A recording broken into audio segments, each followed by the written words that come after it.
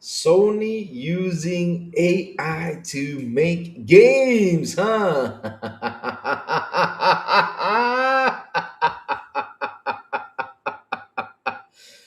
Oh man. Woo! What a good laugh. Also, big surprise coming to Game Pass. Ooh, like last year, huh? Let's get to it, baby. Yeah. Wake up, it's a brand new day. Crazy Lou's here, got something to say. Good morning, gamers, rise and shine. It's time to play, let's have a good time. Morning, gaming community. With Crazy Lou, it's a world of unity. Upbeat and lively, we're feeling so free. In the world of games, we're just meant to be. Grab us, come and eat a scene. Crazy Lou is ready, it's a gaming scene. Roomies trading people, warriors skin. All recent gaming, gold, rates and pay top bean.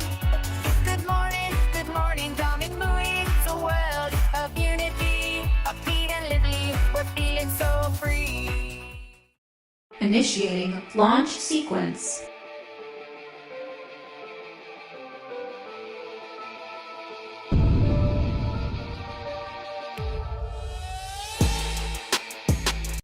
Let's begin. Everybody else out there, even the crazy one, wishing you a beautiful and awesome Tuesday chat. How are you guys doing this morning? Hope everyone's doing okay. Hope everyone's doing fine. And yeah, we got several things to talk about. But before we start talking about all that stuff, let me say my hellos, my good mornings to my friends over here. We have Crispy Rambo in the building. What's up, Crispy? How you doing, my friend? What's up? Ah, man. So, let's see. 30 below. Big B Money B. What's up? Why so serious? Hello. How you guys doing? What's cooking?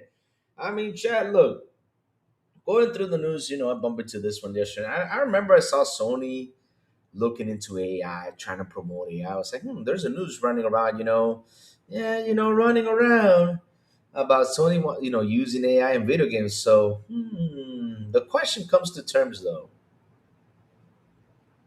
How are they going to win awards now? Because I mean, there was one award who really told Claire Obscure, like, no, you're not getting it because you used AI. So if Sony's going to use it, are they going to win an award still or not? That comes into question, right, chat? Not only that, chat. Not only that.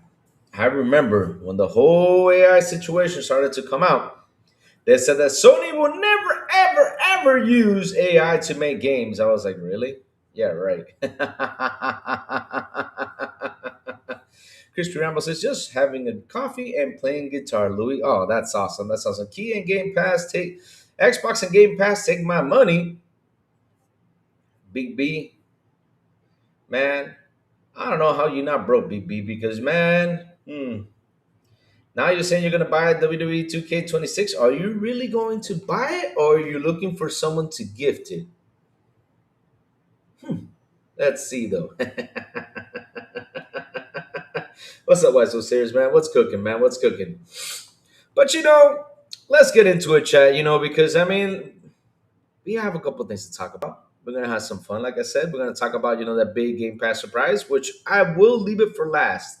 Gogo Paul, what's up? I will leave it for last, and it's about a game that is coming out soon, and it seems like it's pretty good. I mean, I'm for what I read, people are talking about pretty good about it. So yeah, this could be another Claire Obscure Expedition 33 hit. It could be, Chad. It could, like I said, it could be. Yes. So let's get into it. So let's talk about this because this is something that really I sit here and I look at this and I'll say, no, this cannot be. No. I mean, seriously, Sony doing this? No way. No way. Out of all people, I can't believe Sony's actually doing this. And that is, they are using AI to create games. Huh? All right. Oh, did I grab the though? Uh oh. Wait, I'm not sharing screen though. What's going on here? Uh oh. Hold on a second. This something's happening here. Hold on, my chat. Hold on. I don't know what's going on, but I did the screen share thing. Uh, play screen share. Oh, there you go, Chris. Literally place only in this scene. All right, there you go. Fixed it. Fixed it. Fixed it. Okay, okay, okay. Here we go, chat. Sorry about that. Thing is, yesterday Joey wanted me to share the screen, and I shared the screen with Joey. And I don't know if chat or Joey's gonna be able to hop on because I know Joey's got the family thing he needs to solve. So yeah, good luck with the surgery. Hope everything turns out fine. In case you come on, cool. But if you don't come online, good luck with all that stuff, my friend. Good luck with all that stuff. So let's get into it. It says right here. Yes. Sony believes AI is a tool that can empower artists and creators, not replace them. Really? Really? You're just saying this now because down the road, Sony, down the road, Sony, if you can save those couple of bucks, y'all know what y'all gonna do. We know what y'all gonna do. They're just saying that now, just trying to be the good guy out here, but it's okay. No problem. We'll let you have that idea. Joey has some fish to catch, and so she. So, Sony believes AI is a tool that can empower artists, creators, not replace them. Sony executive comments of the use of AI of entertainment content production, essentially saying that the human touch from creators is still important. Of course, it's still important. I mean, the AI is not advanced here yet for you to say, okay, let me, which once it gets that advanced, we all know what's going to happen. Sony doesn't believe that AI, generative or otherwise, all right, here we go, will replace actual creatives in animation or games production. Sony executive management once again comments about the use of artificial intelligence in content production, saying that AI is another utility or tool that a professional creator would have in their tool belt, so to speak. You basis all those cutscenes and QTEs won't create themselves. Man, there are some long ass cutscenes too. But we cannot complain about cutscenes because we all know what is the game that has the longest cutscenes ever. I mean, it's a battle between Red Dead Redemption 2 and The Witcher 3 Wild Hunt. No, those are. I mean, you can make like 4 or 5 movies out of that. I'm not kidding you. You can look for it online, chat. I'm not joking you. You can look for it online right now and type in all the cutscenes in Red Dead Redemption 2. I think that's 30 hours long. And you can even type all the cutscenes in Witcher 3, and it's almost like 30, 40 hours long. Seriously, you can make 3 or 4 movies out of that. I'm not kidding you, though. So, let's keep going, my friends. Let's see what it says here. Saying that he is an utility professional creator and would have their to about to speak. In a recent Q&A with investors as part of Sony's Q3 25 earnings report, company CFO Lin Tao delves further into how Sony sees AI and how the group is using the tech to possibly help streamline and innovate things like game development. Uh-oh. Chat, they're using it for game development. So it says here, we have read a report on the Sony CFO first comment on AI and about how Sony wants its workers to use AI and how the group is prepared to disrupt how it makes games if it can help the PlayStation business. Tao says that Sony intends to use its AI accelerator and enable creators rather than replace them. Hold on. Let's see what it says here. Hey TJ, good morning, my friend. How you doing, TJ? What's up, man? What's cooking? So it says here on the topic of AI in games, it's not just games that AI benefits from. I think AI can be very strong tool in the toolbox.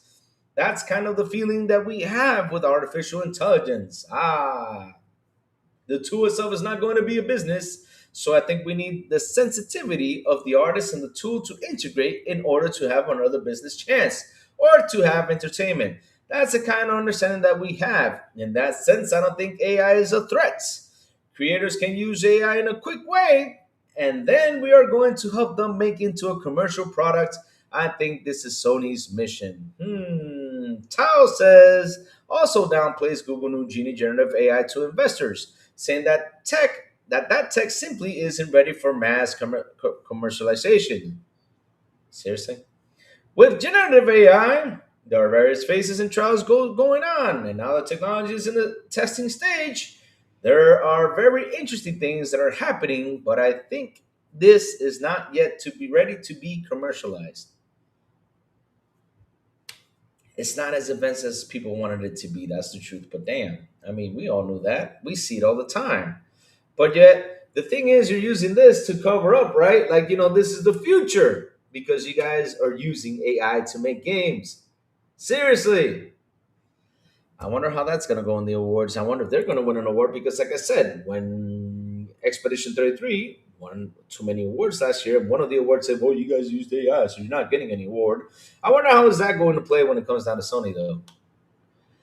Because basically, they are using AI to create their games.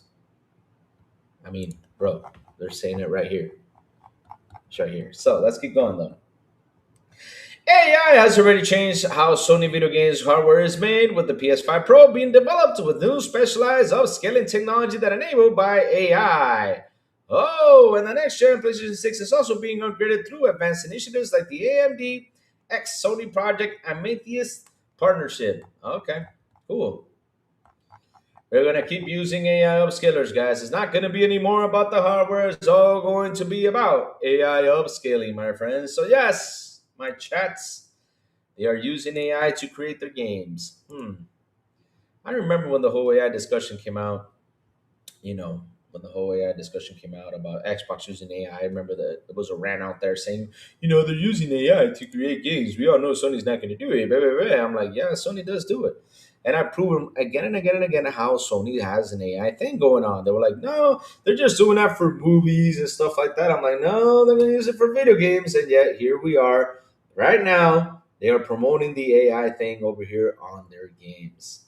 Yes, that's what they're doing. 30 Below says rules won't apply to Sony. 100% they won't apply to Sony because everybody loves Sony. But when it comes down to Xbox, or another independent developer or anything, they get smashed. Yep, that's what they do.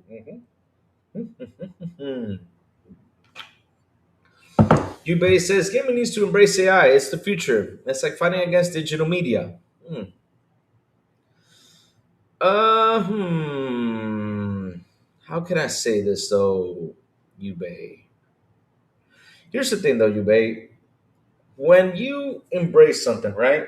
You got to give it time. You can't embrace it really fast. Because the thing is, what it feels like out there is like they're pushing it down your throat. They're like, here's AI, you got to accept it, period. You know?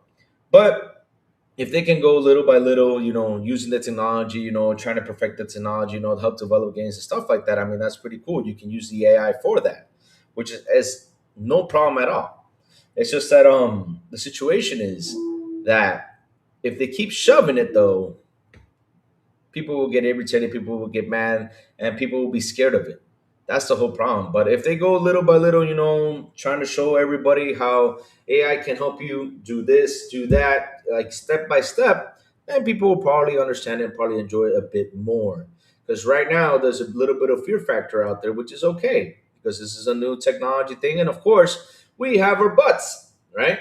We have our butts, we have our fears because remember, there is a very good movie out there that happened at what was the time? 1983, I think it was when I was born. Yes, the first one, and then the second one came in the 1990s. We all know what happened, and we don't want that to happen.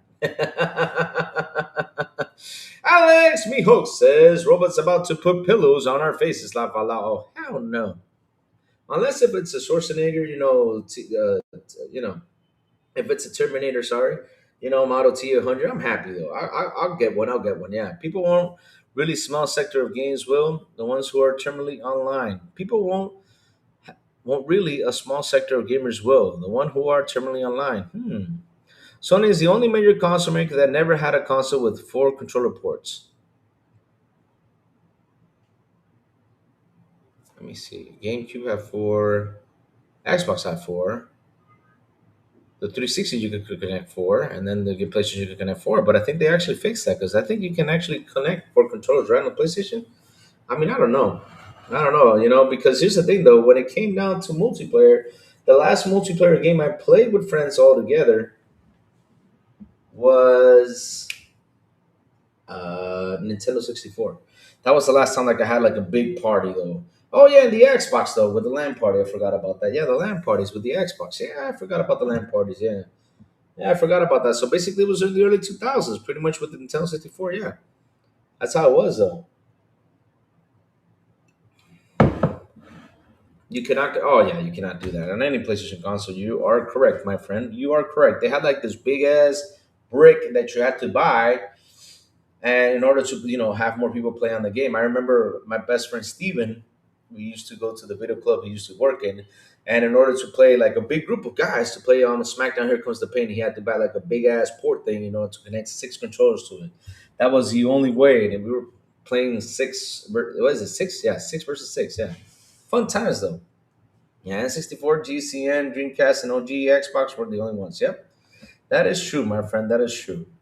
But Chad, the whole AI situation, I know Joey will come by and say, fuck AI. I get you, Joey, 100%. But look, it's happening.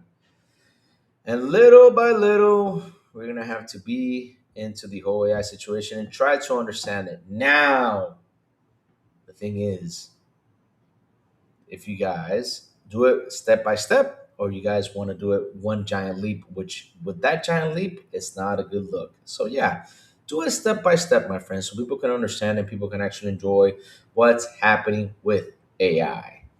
So, yeah, again, Sony's making games with AI. Let's see how they win awards now. So, chat, moving on up, my chat.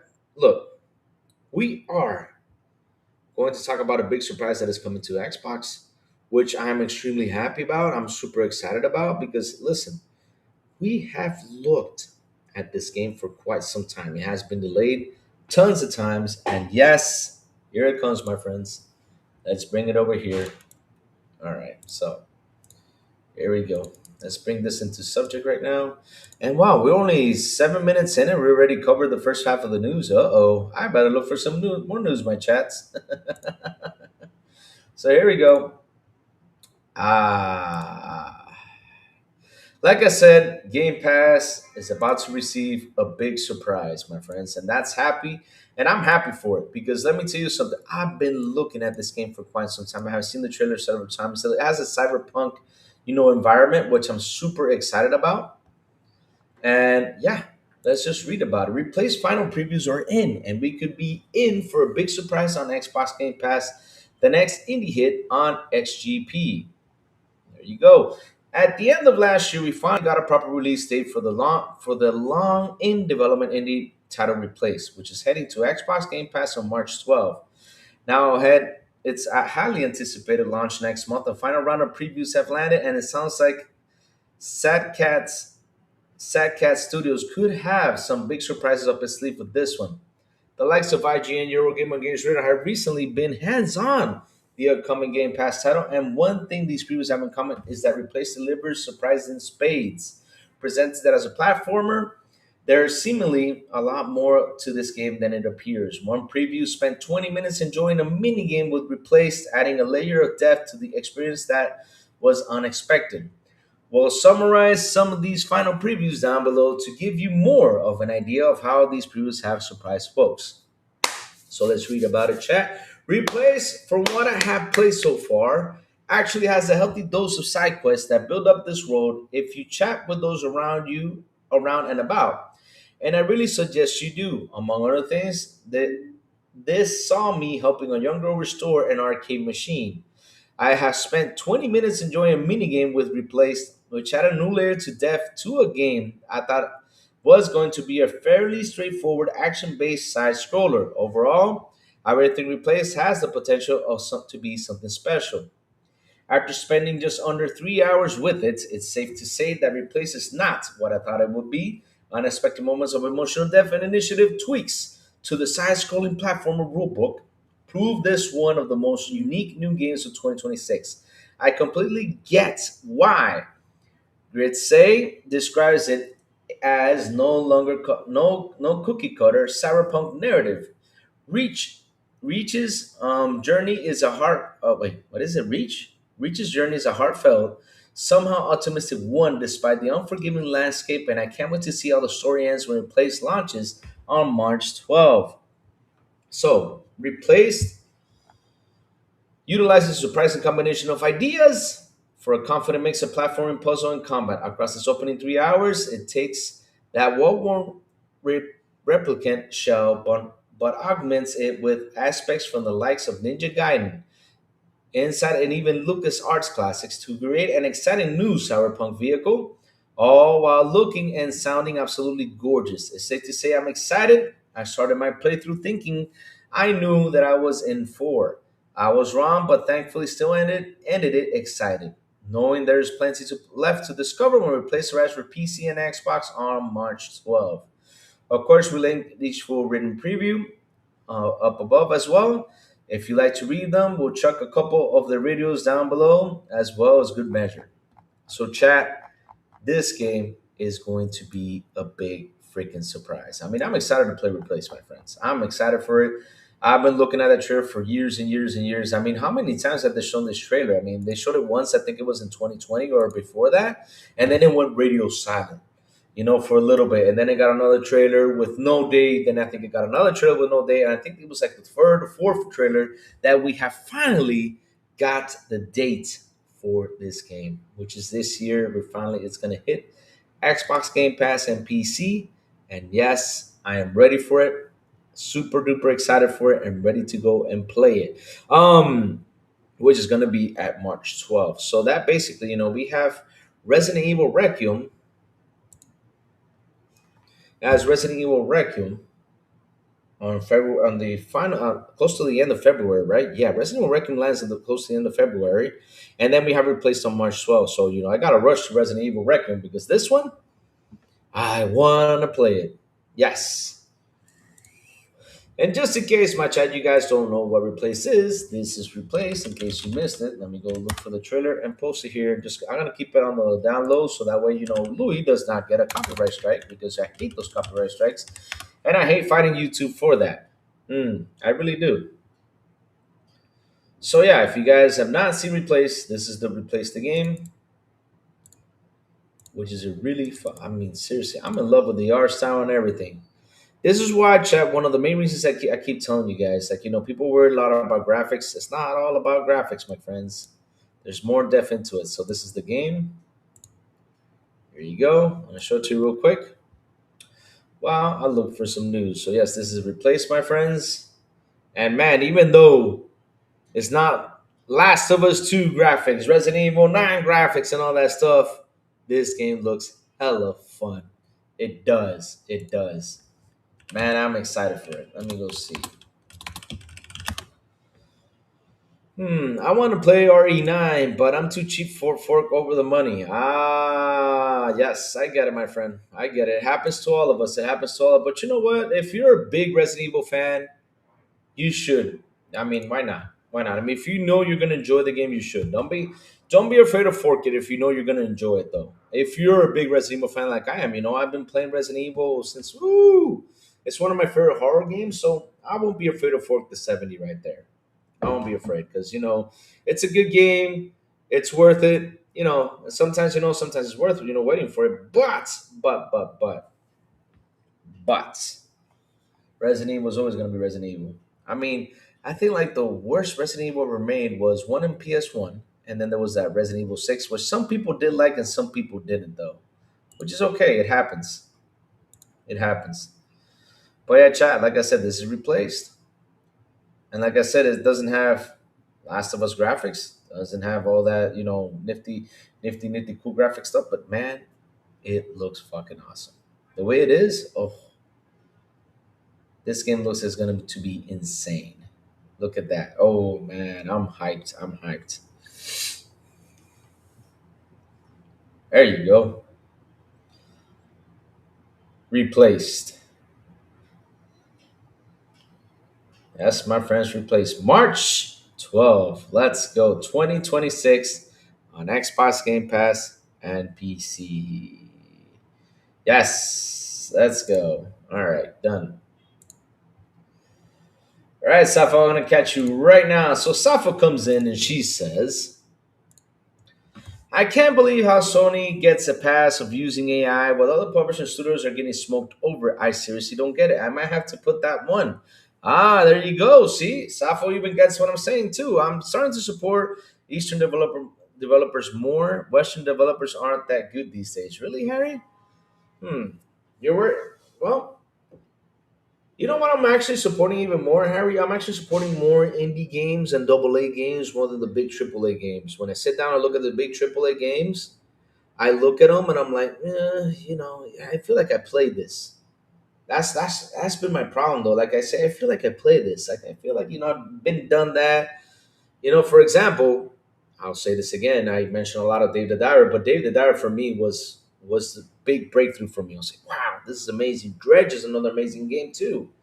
But Dave the Diver, man, is just a good game. Man, nobody cares about Pain Station days. So like 50 million consoles, 40 million difference is marginal. But you know what's so funny, Alex? The thing about PlayStation fanboys is that they cheer for this thing, yet they don't have any games. When last generation, they were saying we have games and you guys don't. Now they have is this number and GTA 6. That's all they have right now. Isn't that also just keep making the same sound like game over and over? Each territory has a ton of trash right now. Really? You think that?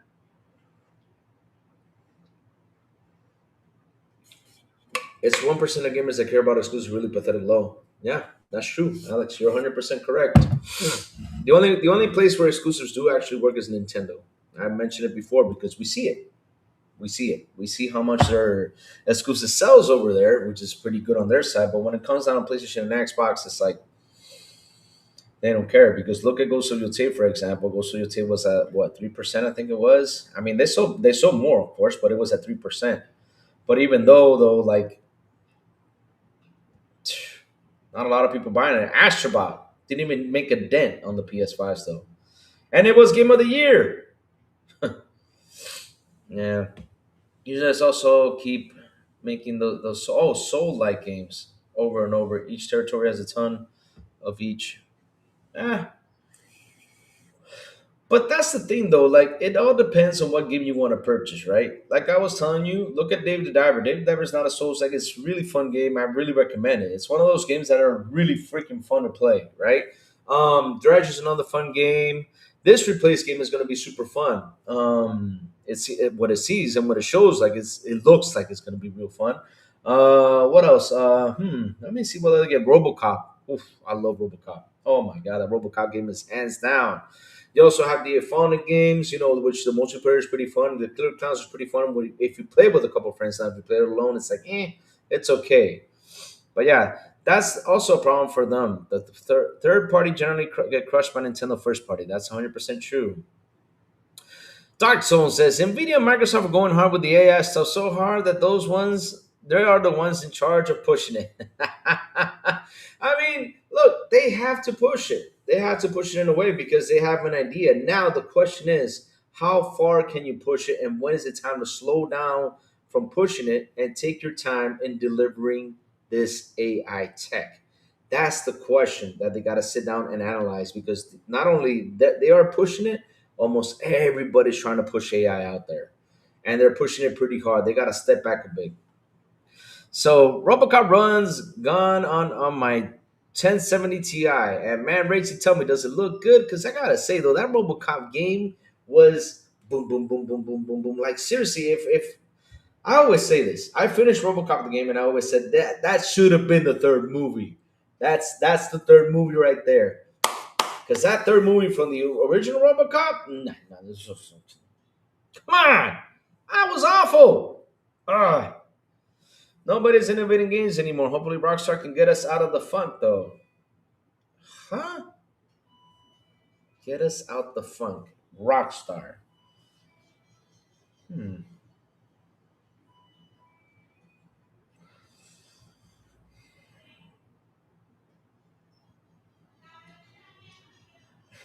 I mean, I'm thinking of what you said, though.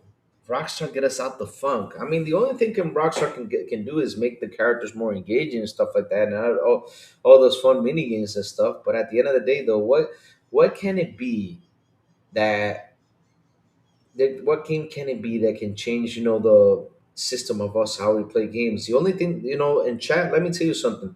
When you look back, for example, you sit down and you look like throughout the years of how we gamed, right? Remember in the early 2000s, still in the early 2000s, we were still not perfected in online, but then it started to be perfected when the 360 and the PlayStation 3 came out, it finally became a not perfect 100%, but it was 70-30 during that time, right? And then we moved on to the next gen, which is the Xbox One, the PlayStation 4, and that's where the online was pretty much on the dot, on the dot. And then, but when it comes down to gaming, though, what has changed, though? Because look, when you look back and you look at from 360 till now, right? You have the same pretty much thing when it comes down to games. You got the third over the shoulder, third person view shoot games. You have your first person shooters. You got your classic RPGs. You got other stuff. But then, like around, I think it was 2017 to 2018, is when actually battle royales kicked in, which changed like the gaming scenery. And it's been 7 years since we've seen a breakthrough when it comes down to games like that. Because Souls, right? Souls were into when was it? When was Demon Souls released that it became real popular? I know it was in the PlayStation 3 era, but I don't remember when it was released. It was 2011, 2010, I think it was. But yeah, Souls came up during that time. But at the end of the day, though, it let me see. At the end of the day, though, like gaming changed again when the battle royales hit the scene because we saw PUBG coming out. PUBG became real popular. Then we have Fortnite, which took the spot with PUBG. And then after that, Call of Duty came out with his Warzone. And yeah, the list goes on, my chat. But yeah, we have not seen a breakthrough in quite some time, though. That was the last breakthrough that we had. But if you sit there and you look at it, it was like, let me see. So 360 came out 2006. Yeah, I mean, we haven't seen that much changes. Now, what I think the changes will be, though, is the way AI interacts with you in the game, though, the NPCs. That's going to be a change, though. And that's something that I remember the very first like episode we did of XBI, pretty much. We had Salblo and Dark on here. We were talking about that Todd Howard interview, and he mentions like he wants like the NPCs like to change to react and everything because when you look at an NPC, usually they stay still and they talk to you. They don't make that much emotions or anything. They want that to change. And also, what can change in gaming too is like I always say, for example, you're playing Halo, you have your strategy, and the bad guys change the strategy on you all the time. They change the strategy. You have to guess what to do next. Makes the game more challenging. Makes the game more fun. Makes you think though. Um, so let's see though. What else is chat saying? Hey, bro, boy. Good morning. I start calling my 1070 Ti my PC Series S. Hey, that's good though because I mean your 1070 Ti runs everything. I believe AI can be a useful tool, but it's going to be how they use it exactly. Did you hear an OpenAI might go broke by March of next year? Really? Wow. RoboCop had really some bland, basic graphics. I 1000 achievement the game on Xbox. It was really ugly throughout most of it. Really? You found RoboCop ugly, eBay? RoboCop had for me. I mean, bro, listen. I don't know if you're from my day and age. I don't know. But when I was a kid, I saw RoboCop on the screen. I was a fan of RoboCop. And listen, the movies, no matter what, the plot of the movies wasn't that great. No joke. I mean, it wasn't that great. It was not. But it was fun to watch. It was just simple. You have a guy that gets shot by bad guys, and they turn him into a machine, and he goes out there for revenge against the bad guys. That's it. That's the plot. Which the bad guy of the first one did a pretty good job. And in the second, it was Kane, though. And they were trying like to force Kane like if it was T1000, which T1000 though did a pretty good job in Terminator 2. But yeah, they were trying to force Kane like that. And then you had the final battle scene with RoboCop and Kane, which was pretty cool. I gotta say, the back in the day was pretty cool.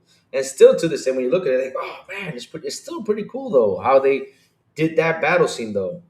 Sometimes it looks cheesy, but when they sat down and made this game though, and I look at RoboCop from the game to the movies, I said, man, they hit it. Graphically, it's like it looks pretty much the same. It's close to the it's close. It's like how can I say this though? Like with the detail, it's close, but with the animation and all that stuff, it's not really like the TV series or I mean the movie series. But hey, it's really well made. It's really well made. I mean, Alex Murphy's kicking ass in that game. It's fantastic, and the guns, everything, the sound. Oh my god, the music. Once you got the music in there, you're like, yeah, RoboCop. He feels like a tank. I think GTA 6 will do new things not seen in gaming. You really think so? Rockstar will make it worse and put it else into a deeper funk. I think they'll do a pretty good job with that game though, because they're really taking their time to release it. I'm currently working on a ton of AI, OpenAI Office expansion. It does not appear that those foresees any financial slowdown. They just did a financial revolution. We have relations recently. It's bad with 2010 games have better fixes and graphics than 2016, 2026 games. No, it's not true though. I mean, if you look on games from back in the day and compare it to now, I mean, I gotta say that nowadays they look way better. But the thing is that it's when you look at these games, you pretty much have played the same though. I mean, you got over the top third person shooters, you got first person shooters. Yeah, that's what I mean though. And then the story is usually about revenge or you know the same old though. In my opinion, you all need your lower expectations about GTA. I seriously don't believe that will deliver on what they shown in the trailers. It's just GTA 5 with nicer graphics. Graphically, though, look, graphically, though, of course it's gonna look a bit better. Yeah, that's true though, because look, when you look at Red Dead Redemption 2, like shit, that game has graphics. That's one of the best looking graphically games out there. Red Dead Redemption. One of the best ones though. So yeah, I want to see what they're gonna do in GTA. I want to see. I want to see when it comes down to graphics, they do a really good job. And gameplay though, they do amazing. And one thing they always do is like the NPCs have their own world, which is funny. I've seen people follow NPCs on GTA 5, and they, I'm like, what? Oh man, Driver San Francisco has been the best NPC conversations. Really? Wow. I don't care about NPCs doing. Can't say 1 million things. I want to talk. I won't talk to them if it doesn't add to the game. Oh, if it does add, then it's going to be interesting to see. Talking to the 1,000 NPCs. I mean, from Fable though, I want to see that happen though.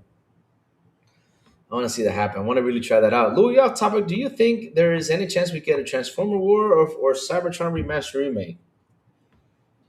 And Lini, listen, they have a double A studio in there working on some stuff. So they could probably bring it back. I mean, it all depends though.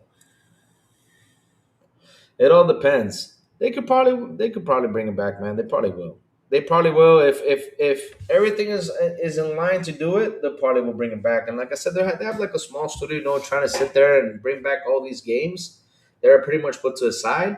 So yeah, I mean, no doubt, it can probably happen though. It can probably happen. And remember what I always say on here: never say never, my friend. Never say never. Never say never because things can happen. NPC had their own world since Shenmue 25 years ago. Yep, that's true.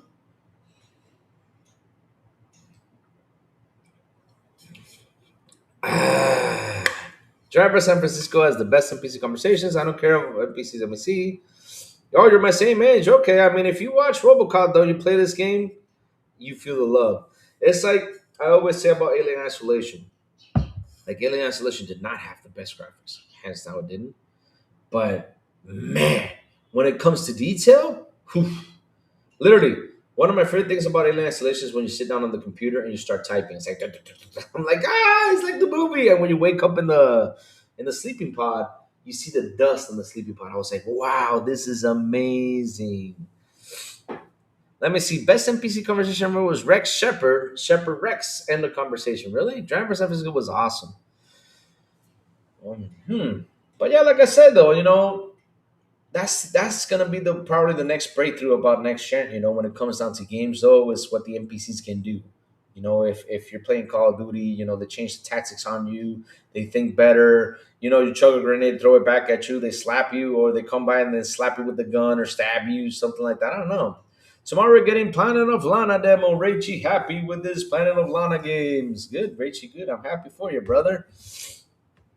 We're Never Topping was released in 1996 to 2001. We're never topping that though. Hmm. I don't know. I gotta look back into that. Of GTA 6 uses AI to assign different clothes to every NPC. GTA 5 has repeats everywhere. Oh, they gotta do that too. Yeah. What's the big surprise in Game Pass, Louis? Replaced is the big surprise, my friends, because some people have done a preview into it and they have really talked good things about it. Replaced the game from place, that's been announced for like 3 or 4 times, and everybody was waiting for a date. We finally got a date. It's March 12th. So it's going to be Naughty AI Dog Studios. Yes, sir. Louis, will you live stream this? Will you be live streaming the PlayStation State of Play on Thursday? Yes, sir. I will live stream the PlayStation State of Play on Thursday. Let's see what they bring into the table. And let me tell you something. If they do announce Starfield on a PlayStation, you know what I'm gonna do? I'm gonna be super happy. Not because I'm happy that you guys are getting Starfield, because of course at the end of the day, get it. I'm happy if you guys want to play. Cool, fantastic. I'm happy for you, but it's because I have receipts that I have collected, and when that game comes to PlayStation, I'm gonna be watching y'all and see what y'all going to say about Starfield. Yeah.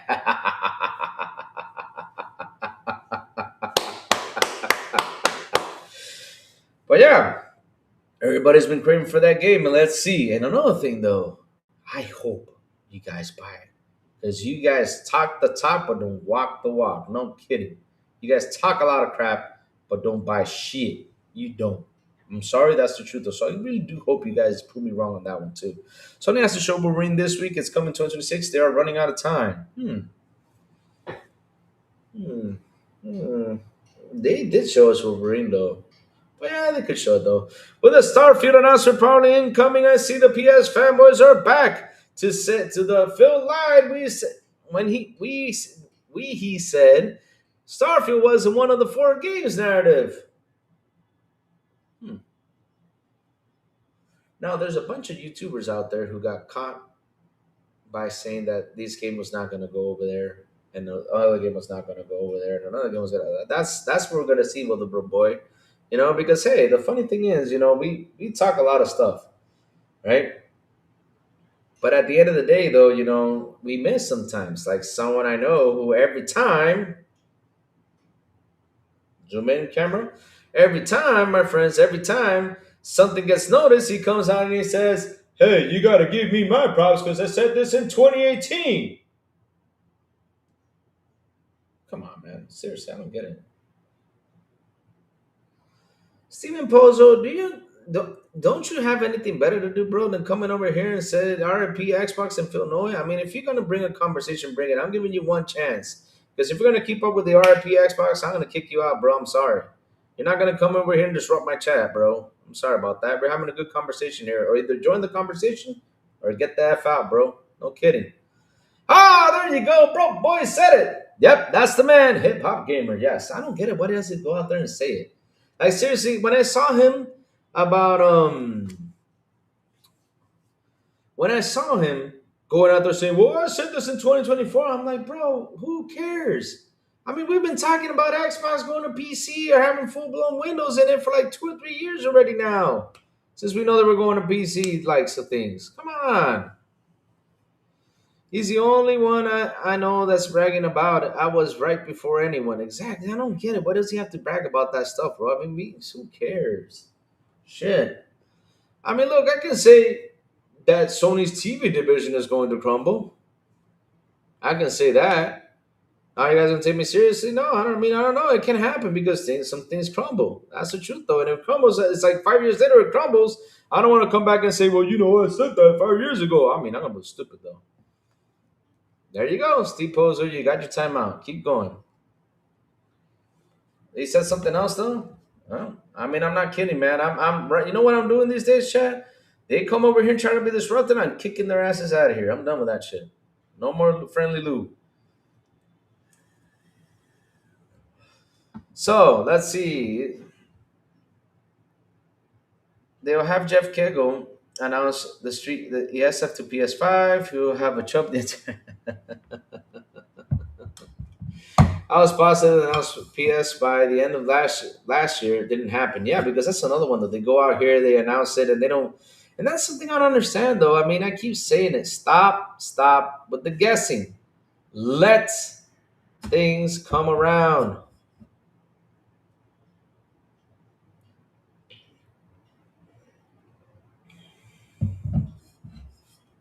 Exactly. You can say something will happen for a long time, and sooner or later it might happen. How many times they say Forza Horizon 5 was happening, was going to announce this PS showcase, and it never happened? Yeah, they did announce it several times, and then one day it did happen.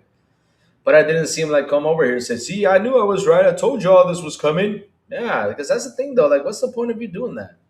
Yeah, he calls me Kegel. That's what he does though. But that's the point though. I mean, I don't understand why y'all gotta go out there and say stuff like that. Because listen, I've said many things on here, but I don't go and say, "Well, I said it. Give me my credit." No, screw that. I mean, we all are here just talking prediction stuff and having fun though, because that's the point of these shows. Have fun, predict, have a solid conversation, and have a blast. That's the point of being here though. It's not like I have to be right on everything, because if I'm not right, I'm not good. What? Nah. I'm predicting right now that eventually Sony will be full multiplat. Doesn't matter if it takes 10 years, eventually I will be right. Pony logic. PlayStation fanboys do have a sickness in every Xbox podcast. They are in there trolling. Yeah, I don't understand. Mr. Kima, I don't get it.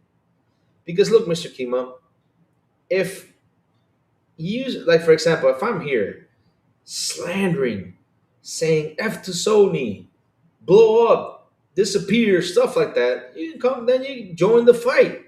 But I haven't said nothing like that, and you're already here trying to fight because you know what? I'm making fun of Sony using AI to make games. Well, you guys said that they were never going to use it. Now they're using it. And so what now? Because the thing is, your narratives have all failed you. The only narrative you have left out there is sales, and now saying that GTA 6 will be the savior of the PlayStation console.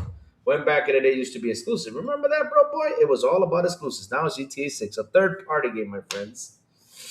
Yep, I'm pretty. Let me see. PlayStation fanboys, yep, they do. I 100% believe that a large portion of the PS fanbase has an actual legit clinic.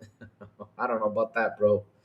I don't know about that, but I gotta say though, if you're gonna jump in here and try to be a fanboy, you're wasting your time because we're not gonna deal with that anymore.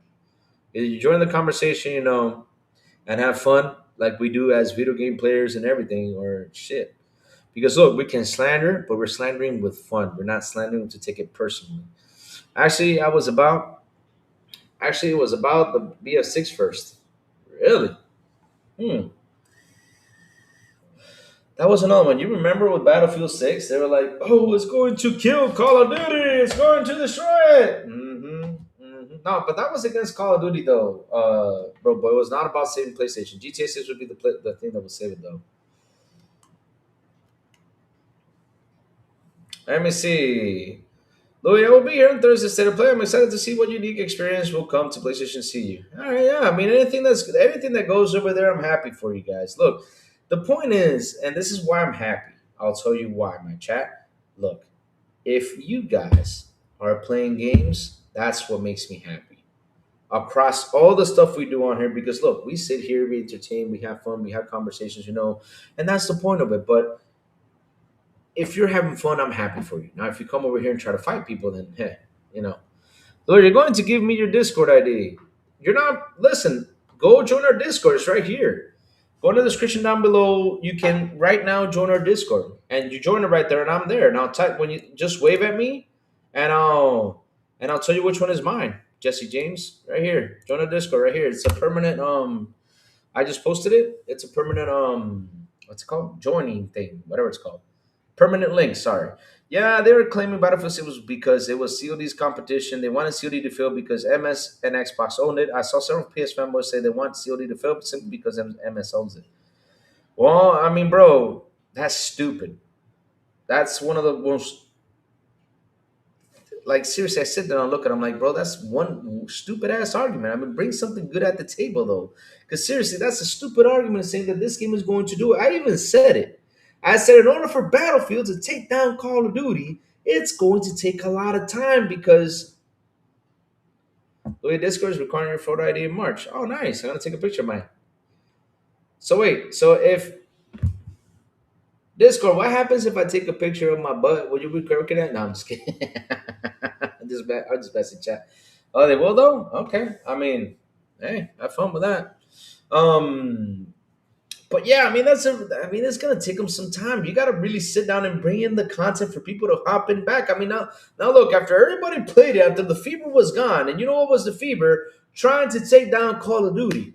But the thing is, they seriously think in their hearts, they seriously think that those 80, 90 million PlayStation fans that are out there, right? No, let's put it in general. That 132 million PlayStation fans, because we know that from PS Plus there's a total of 132 million right now, right? Active users, right? Using PS Plus. Out of those fans, they really do think they will think like them. Nah, fuck that. They don't think like you all. Yeah, even the Xbox side of things thinks like that too.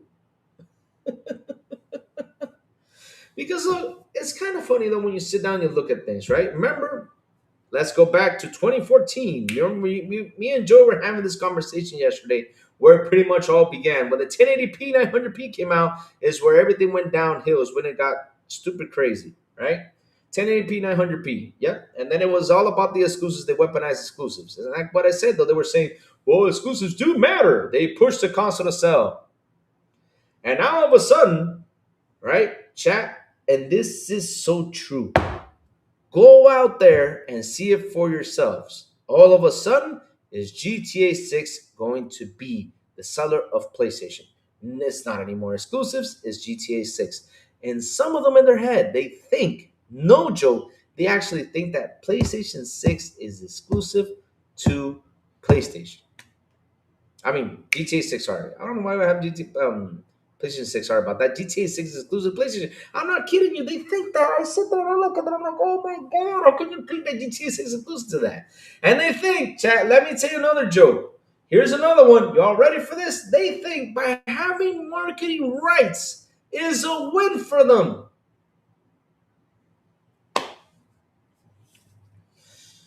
You cannot make this shit up. Sony needs more than the hardware sales, and then they need their game to sell, right? Of course, if they don't, they're going to just leave it up to third party carry the weight, and that's what they've been doing. They've been leaving it to third party to carry the weight. This generation is there's more third party titles than first party titles. I'm seeing that all all over the place. It's all over the place, my friends. It is. It is. It's all over the place.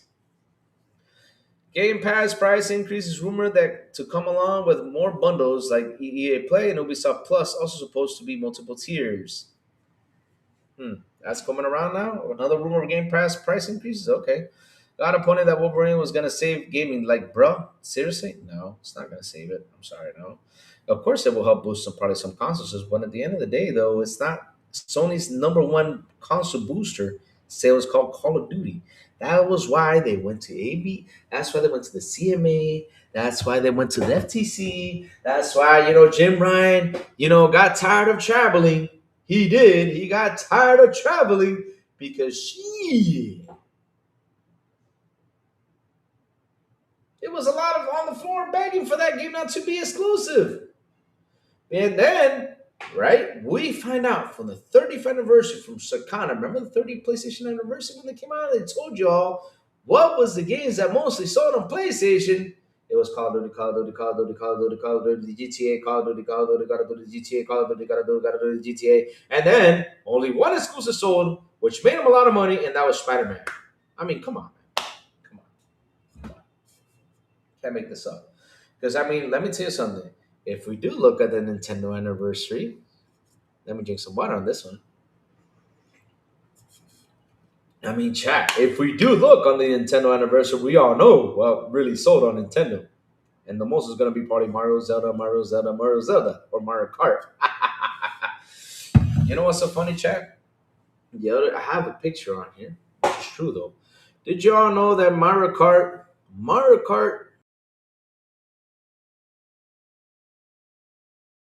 no joke. The franchise, not one God of War, the God of War franchise, all of them.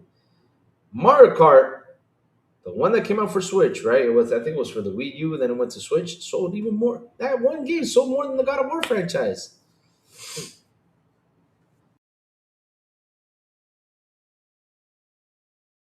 To the point I was telling you earlier before, they think that the rest of the 132 million people that are on the PlayStation, right? They think they actually think that they think the same as they do, which they don't. I mean, how can you take that Call of Duty player off from playing Call of Duty? How can you take that person who bought a PS5 just to play GTA 6, or I mean GTA 5, I'm sorry. How can you take them out of that? Because that's basically the only thing they play. Or they play FIFA. And listen, like I always say, you go to the weekly active users, right? And they bring up, well, our exclusive is the best. Bah, bah, bah, bah, bah, bah, bah. Okay, all right. Show me. Show me that in weekly active users, your exclusives have gone to number one or to the top five for months, not for 1 month, no, for months. Show me that. You're not going to show it to me because it's not there. It's not there. It's not there. You probably showed it to me for 1 month, for probably 2 months, but then after 2 months, it's done. Animal Crossing is a monster on Nintendo consoles now too. It was the second best-selling game on the Switch. Smash Bros. Is also crazy high seller. Yes. So Roblox surpassed whole ass team, Lafayette. Yes, it did. But the ponies say the Switch isn't a console, even when you can literally connect it to your TV. But Safo, what's interesting about that is it's like I always say this. Like, okay, so it's like this. Like literally, we all know, right? Let me go grab this.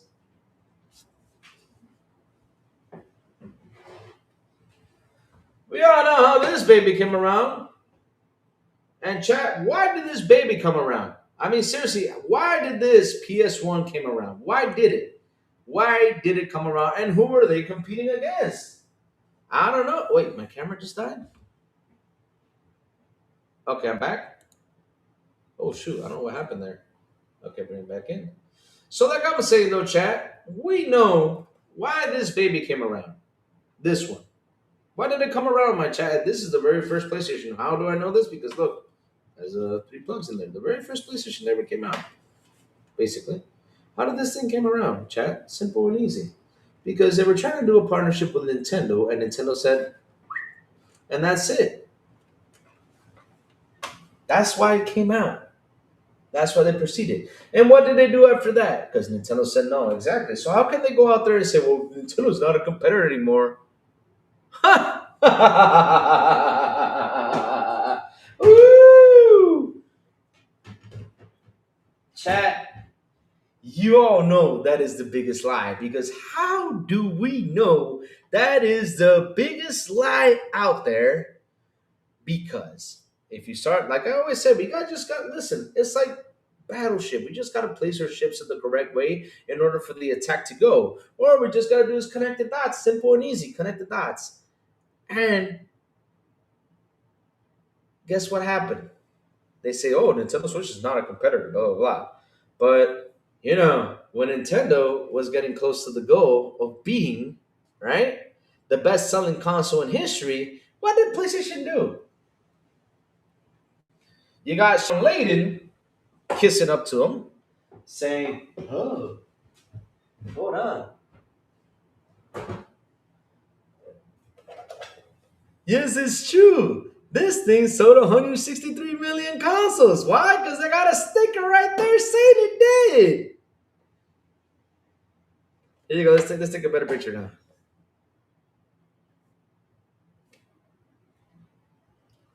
Okay, yeah. Basically, that's what happened. They came out and they put this number out there because they were about to get their butts kicked out of the way. Wow. And yet you all had the guts to say in the ABK deal that Nintendo doesn't compete. Seriously. So, PlayStation, okay. I got a question for you. Simple. Simple question. Why does it take you 2 years to put a game on PC? A single player game. Why does it take you all 2 years? Why? Why does it take you all 10 years to put a game on Xbox? If you guys are wiping the floor with Xbox and because Xbox is the only one that probably competes against you because it's got the power graphics and everything, but Nintendo doesn't go high power and graphics, so they don't compete with you. But on PC, it takes you a year to put your single player games, though. Why aren't you guys doing a day to day? Since you guys are so confident about yourselves.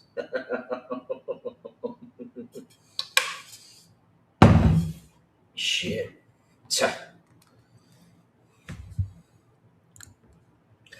S5 of almost 10 because Nintendo said no. Yes, the PS1 made me realize that Sony has never made a nice looking console. Really? I mean, the PS1 Slim looked pretty cool though. I gotta say though, when that thing came out, the PS1 Slim, ooh, I like how it was. It was small, and it was perfect. It was like a small, perfect console back in the day. Then the PS2 Slim, I did not like. The PS2, kind of changed a little bit of the design. The PS3 was fat, and the PS4 was an airplane. Yeah, don't forget about the airplane. Oh, Nintendo slacking is. I am on Nintendo slacking game wise. You really think so? I mean, they released Donkey Kong Bonanza last year and the Metroid game, even though the Metroid game was, some people said it was, Safo did not like Metroid game. I mean, you don't talk to Safo about Metroid. Never breaks Metroid with Safo. She was really mad about it. And not only that, they also got the amiibo thing. They also brought a Pokemon game out, which really we talked about how they're charging for the online. Yet 10 million people bought it. They don't care for that. Hey, Mike Johnson. Good morning to you, brother. Yeah, but Nintendo's actually putting out some games though. We cannot say that they haven't done their job. They had Kirby. They also have the Mario Kart World, which was that was all last year. They actually did a pretty good job last year though when it came out of games. Let me see. Yeah, it's been downhill since the end of the PS2, OG, Xbox, and GCN era. I'll tell you when it went downhill for gaming though. And for me, when it started to go downhill, was more this gen than any other gen though. Hey, what's up, Six Layer? Good morning, brother. How you doing, Sick? Hope everything's good for you. But for me, it was more this gen though, because this gen, I'm seeing a lot of things happen out there that I sit here and look. I'm like, what the fuck is happening out there though? I keep on saying it. Like, what the heck is happening? Like, everybody is still stuck in a console war, right? Situation, but yet on the other side of things, we see that the gaming industry is struggling, and yet they'd rather focus more on the console world and not focus on how is it struggling. They don't want to bring it up. They keep it quiet though. Nintendo puts out too many games, and gamers cry that they're making their franchises. Nintendo takes their time with games, and people cry that they're being lazy. Uh, hmm. I mean, because here's the thing, though, you gotta understand. There's a difference on the guys who play Nintendo, right? When the people who sit down and play Nintendo, they're waiting for those exclusives, though.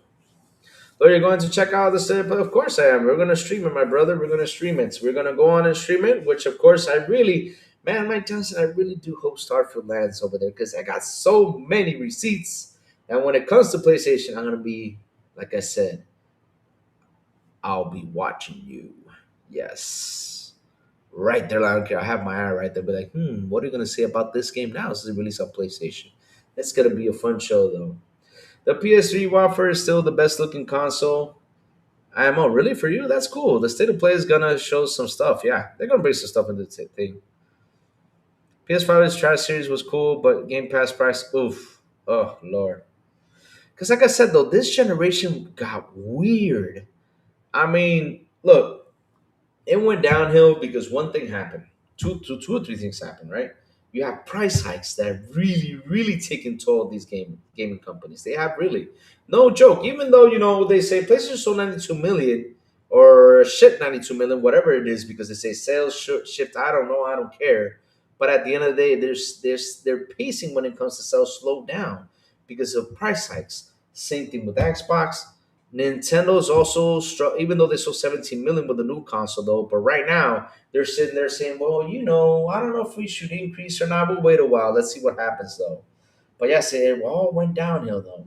COVID also affected things because that's another thing in just this generation though. We have seen games come out, and also that's a big one, price increase when it comes to games and shit. I just want to see games that I want to play, and most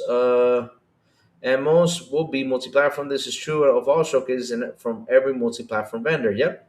Yeah, the price tags are crazy. Yeah, because that's another one though. Usually we're so accustomed to this, right? That's 3, 4, 5 years in. I mean, sick. If since you're in there, help me out. Is it 3 to 4 years or five that usually we get a decrease in console prices? Usually that's what it is. I mean, usually PlayStation 5 came out with the slim model and it was cheaper. Xbox had another model which was cheaper. Nintendo was the only one who just stayed that way though. The state of play is only going to show money hats because that's all Sony is good at. I'm not buying money hats anymore. Damn. Wow. Wow. But that's something that happened in generations. They need my money. I don't need their game. Yep. That's how it is. That's how it is. I mean, shit. Within a year after and a half, though, I think it was like 2 or 3 years in. I think it is because they usually like sit there for 2 or 3 years, and then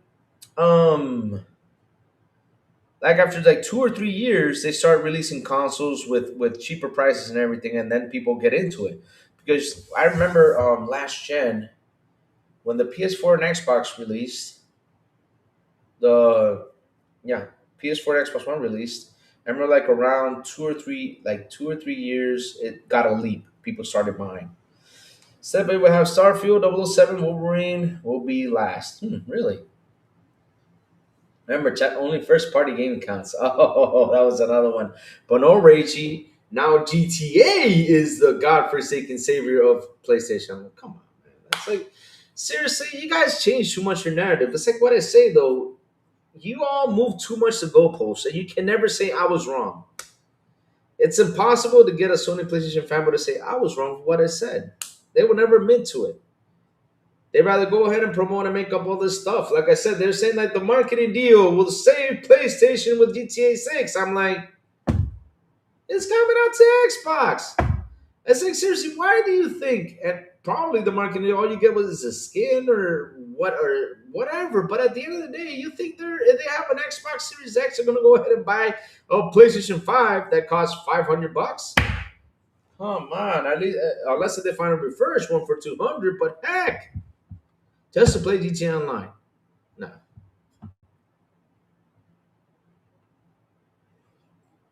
Mm. Mike Johnson. Here's the thing, though. That's actually a hard rumor to be convinced, though, because remember, Rockstar. If they do, cool. I mean, I won't say it. I'm the guy that says never say never. But remember one thing, though. Rockstar, though, is doesn't even need to be on the PlayStation Showcase. I mean, all they got to do is put out the trailer by themselves, and they get 200 million views. Insane.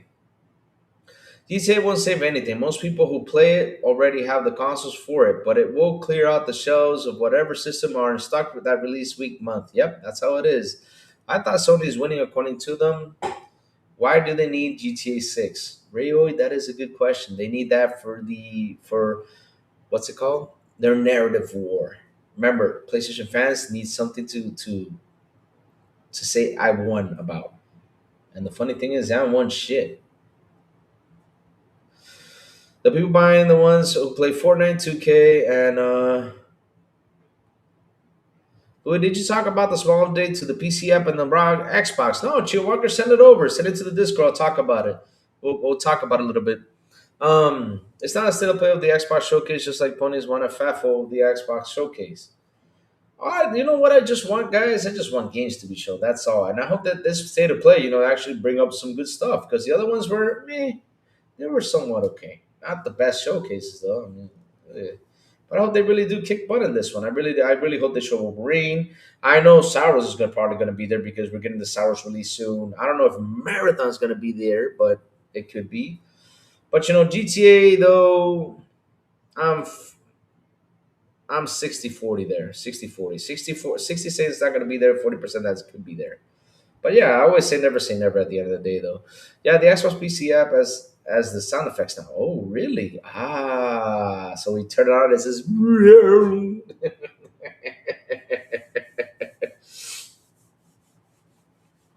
third party showcase. Yeah, but it's listen. I'll annoy chat one thing though. It's always nice to have showcases though because we get to see games, and that's what we got to be there. It doesn't matter if it's on the Xbox, PlayStation, Nintendo, or Sega Saturn, or the Pro. I don't care as long as they show you games And at the end of the day, because what sucks about the PlayStation Showcase, and I keep on saying it, they don't tell you where the games are going to land. You gotta go out there and search which are the ones that are going to land on the box or not. But at least we see games, and that's what we're here for, to see games.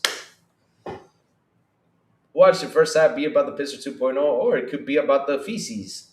When you move around the menu with your controller, it has the bleeps. You hear this. Oh, nice. That's cool. That's cool. Nice. But Chio, send it into the Discord. I'll go ahead and read it if you send it in there. Because look, like I said, these days news has been teensy bitty slow though, and it's starting to pump up little by little. Yes, that's nice. That's nice. Good stuff. Good stuff. Good. It's getting better. So when the next Xbox console comes out, if it does, of course, which I'm really hoping it does, because we don't know how things are these days. Things can change, and probably there won't be any consoles next generation. Probably say, "Well, no, here's an app, and bye bye." It can happen, Bill Chat. I'm just saying though. But like always, I'll see it when I believe it.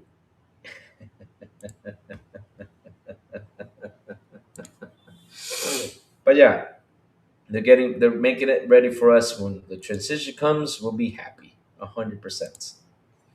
100%. Yep. Yes, sir. Yes, sir. Let's go see if I can find it. And then next week, Dreamcast got video, Xbox is dead. Oh, of course. We gotta keep the trend. Xbox is dead. How come nobody says PlayStation is dead though? What happened when PlayStation sold to the CCL at 51%? Nobody made a PlayStation is dead video though. What happened when PlayStation got to -4%? Nobody said the PlayStation is dead though. But yet Xbox is dead 100 times. Yep. Yeah. Thank you for that, Chio. Let me go grab it. All right, let me go grab Discord. Hmm. Here we go. Thank you for that, Chio. Good stuff. Because it's hard for me to talk with the chat at the same time, look for news and all this stuff. Like I said, though, news has been a bit slow, teensy bit slow, but it's okay though. I mean, we're here, we're talking, we're having a blast. That's what matters. So, I mean, this woohoo, and shout out to the 42 people here on the show. Please hit the like button. Please hit the subscribe button. Also hit that bell. We're now in 1891. Let's get me to 1900 and then on track for the 2K. Please do so. We're getting there. We're getting there. We're getting to the 2K moment. Woohoo! Yes. So, all right. Let's read this real quick. Oh Lord, is this a Windows Central? Oh, how long is this though? Woo! It's a long one. Ah, look at Dave. See, they even got Dave the Diver on there. I'm telling you, Dave the Diver's the man. Yep, Dave the Diver's the man. Yep, yes, sir.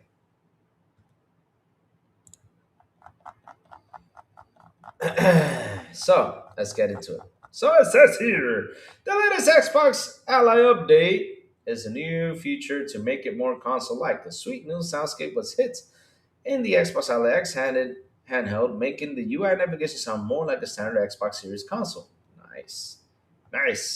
A new Xbox update has just landed, according to Windows Central own Jens Gordon.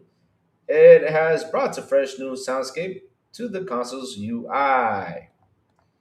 According to Jens Gordon, the update introduced a navigational sound effect from the Xbox Series X and S console, resulting in a small change that has significant impact toward making the Xbox Ally more like its Series console brethren.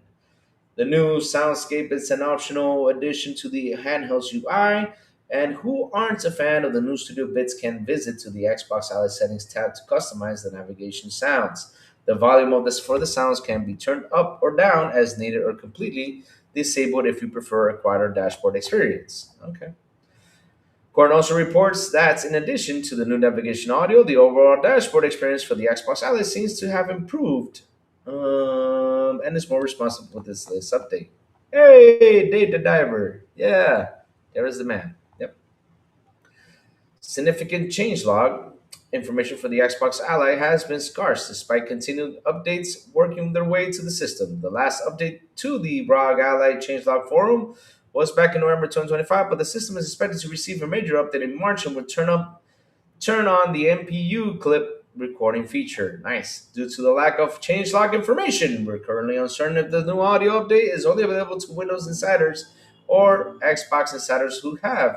Just in case, chat, that is not me. That is something that's sounding from up there. Just in case, I don't want y'all to say, "Oh, Louis ripping one." I'm not ripping anything. Just in case, though. All right. So, who have access to the Xbox Ally, or if the update is for all users? Windows Central Jennifer Young recently wrote about her personal experience with the Xbox after her stopped working. Oh wow! Seriously, you gotta add that news on there. Just 5 short months in purchasing it, most notably, Young wrote about influx of failing ROG Ally units mentioned on the subreddit dedicated to the handheld gaming system. Or was that? Okay, let's go. So is that it? Okay, it's over.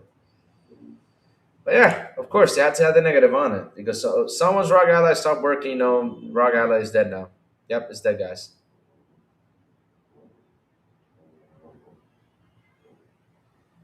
Since Best Buy and other products for free, PS5. No, you guys are getting this out of proportion, though. Mike, let me explain something to you, right, real quick, though. So let me explain something that is getting people confused about the whole ship versus sales, right? Look, Mike, listen. The thing is, media mixes it up a lot with that. So when you have a shipment, right? When you have a company shipping to, let's say, to other parts in the world, they're shipping 92 million consoles, right? They just ship 92 million consoles. It's not like there's a shipping right now 92 million. They're probably shipping like, what is it, 1, 2, 3 million consoles. Then what happens is when the shipment gets to warehouse, right? They sit there for a while, and then you have, for example, you have Walmart, you have Best Buy, you have all these guys that say, "Hey, send me 100 consoles, send me 3,000 consoles, send me 5,000 consoles." It all depends on how fast they're selling and how the pace is. So remember, 92 million shipped means that they're being shipped, right? They're being shipped, but it does not mean that they have actually sold. The only time we know it sells is if, let's say, for example, I, the user, pick it up and I'm using it. But of course, though, if Walmart buys it from them, it's actually a sell for them. But in general, though, when the gamer goes out there and picks it up, that's when they know if the sales are actually increasing even more. Because if not, they're just going to sit at a warehouse till they actually sell to a person. Because that's what they want, though. But when they say we have shipped 92 million consoles, it does not mean that they have a shipping 92 million consoles in total. There's no possible way. There's no shipping in its existence that can ship 92. But that's got to be a really big, long ship, though. I don't know how many PlayStations can fit in a container, though. But trust me, it's not 92 million in one container. I think Xbox to PS5 is, yeah, I think it's that. Oh Lord, broke boy's pissed off though. Damn, damn. Yeah, that's the difference, Mike. But listen, no matter what, even though they ship 92 million consoles, of course they will sell down the road.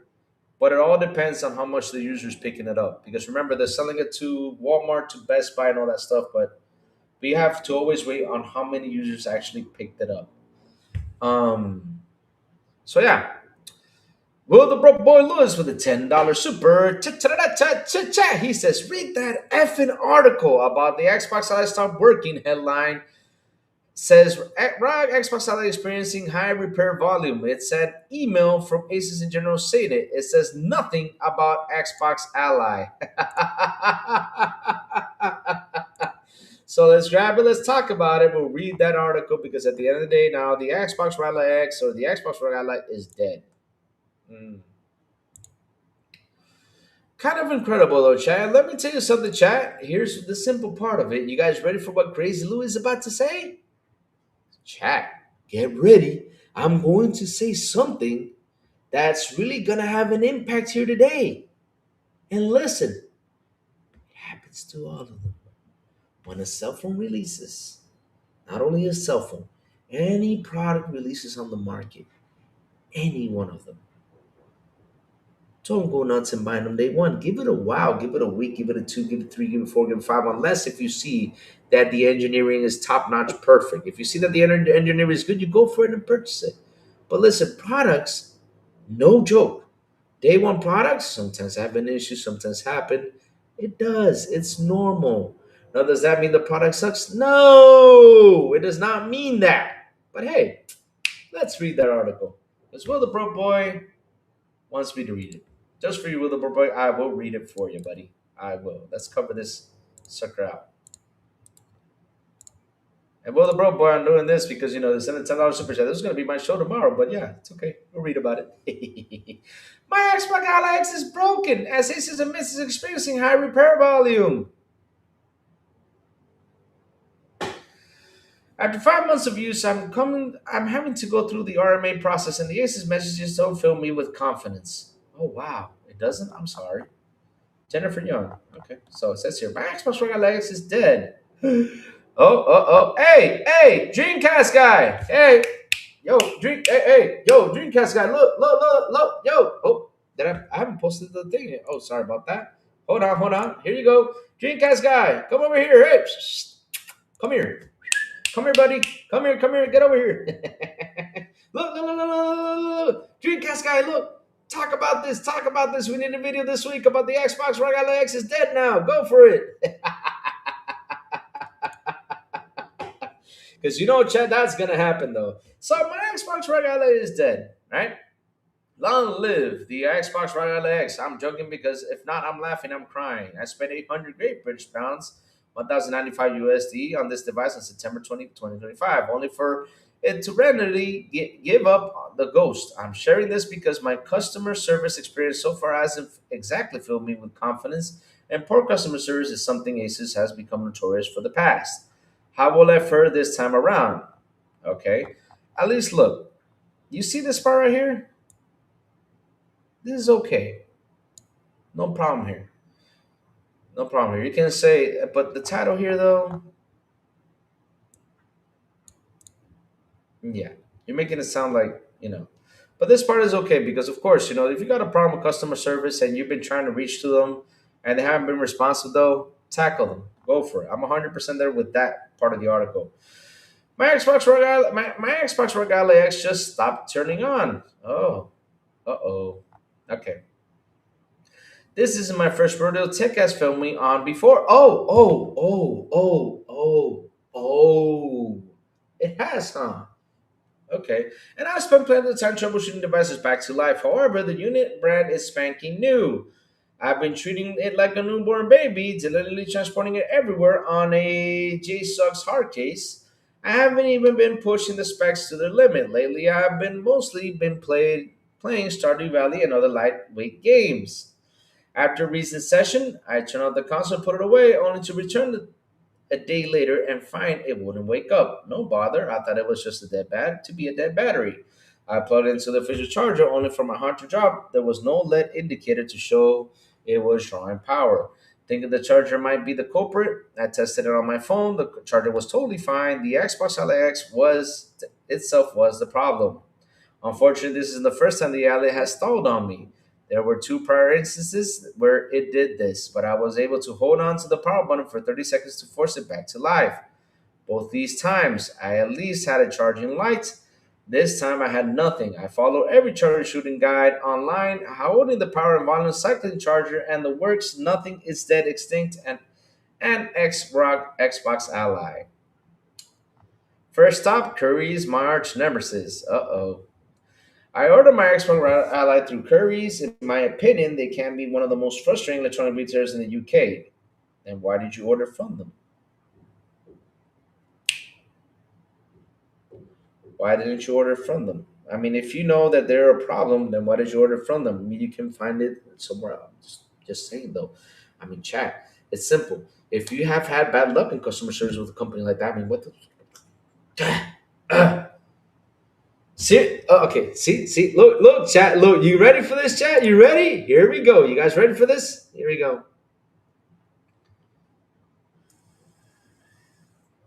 Here we go. Here we go. So it says here, right?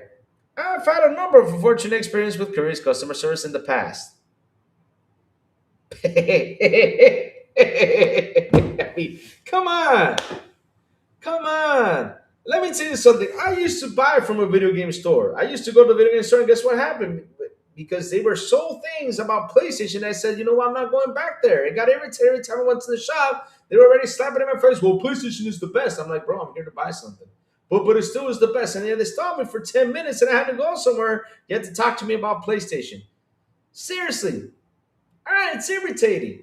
And I quit buying from them. So you want to know who I go out there to buy for the best stuff? I say Amazon. Send me the order. So I've had an unfortunate experience with Curry's customer service in the past. Okay, so you could say it's my own fault for taking another pump with them. Yes, it's your own fault. Thank you for saying that. But there were the only ones who was stuck in the UK at the time, much to my regret. Wow. Big mistake. I would have waited. I couldn't simply send another email or call them. Let's see now. What are you guys fighting about? You guys need to stop fighting. Mike Johnson, then why ask the question if you're ready? The estimate of how much? Looking like Mike Johnson wrote, wanting to cause problem in the chat, like all ponies coming here do. Come on, chat. Hey, listen, Mike, I sent a warning yesterday. I don't want to be the bearer of bad news, man. Because I don't want y'all fighting over a number of consoles. Because remember, I already explained what shipped versus sales means, okay? It does not mean that they're not going to sell it down the road, but being shipped, it means it's being shipped. Sales is a whole different story. Understand that. I mean, Mike, I'll tell you simple. Google is your best friend. Google it. Say, what does it mean when a thing is shipped? It does it mean it's sold? It'll tell you it's being shipped. That's the only thing. Now, will it sell on the way? Yes, of course it sells. Period. But right now it's shipped, though. It's a difference. So, sorry. Like I said, no. I couldn't simply send any more call them. You have to wait live via live chat. After jumping through hoops on day 2, I was informed that because my item was older than 30 days, I couldn't use the chat at all. I needed to call a dedicated phone number, which of course was listed on the website. Yeah, that sucks. When I finally got through, I spoke to someone who seemed to know significantly less about the device than I did. They actually suggested I try it out and turn it on, off, and on again 3 times. Babe, it won't turn on the first place. Okay. Anyway, after an hour of Curry's customer service and the troubleshooting, if you call it, I was foisted off to Ace's request to repair. Aces who weren't answering our setting inquiries over the weekend. Great. More waiting, which brings me to today. Seriously, it sounds like you don't have anything else to game on?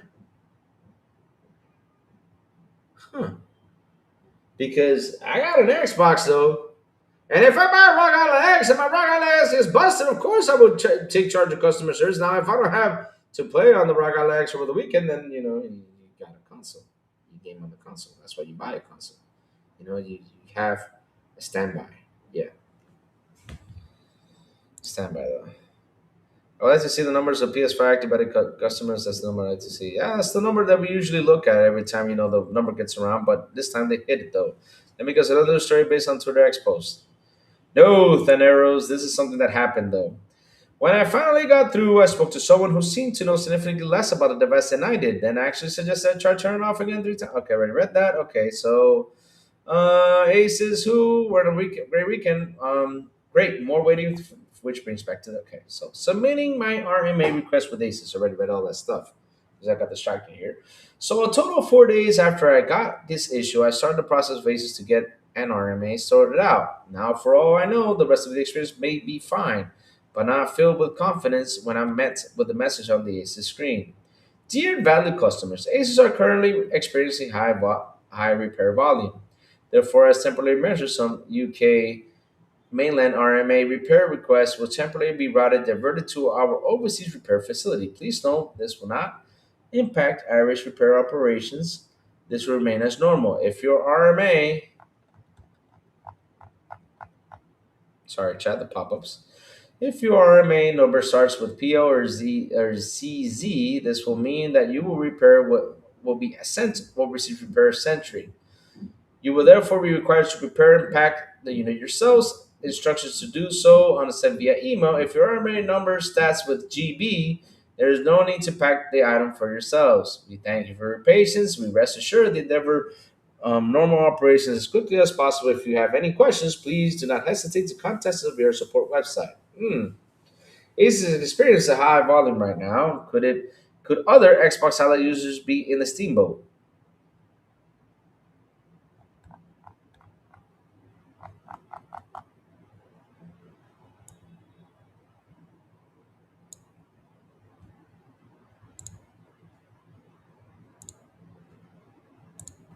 Seriously?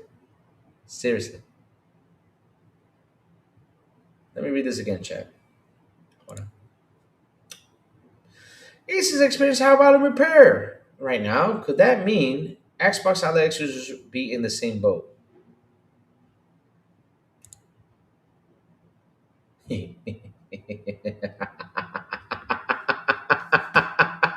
Chat, chat. Louis got a question, chat. Louis got a question, chat. Real quick, chat. Answer me. Answer good old Louis this question. What other products does Asus have, though?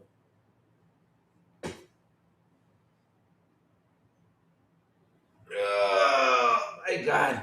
Let me stretch out on this one, chat. I'm sorry. I have to stretch out. But again, I asked the question, what other products does Asus have?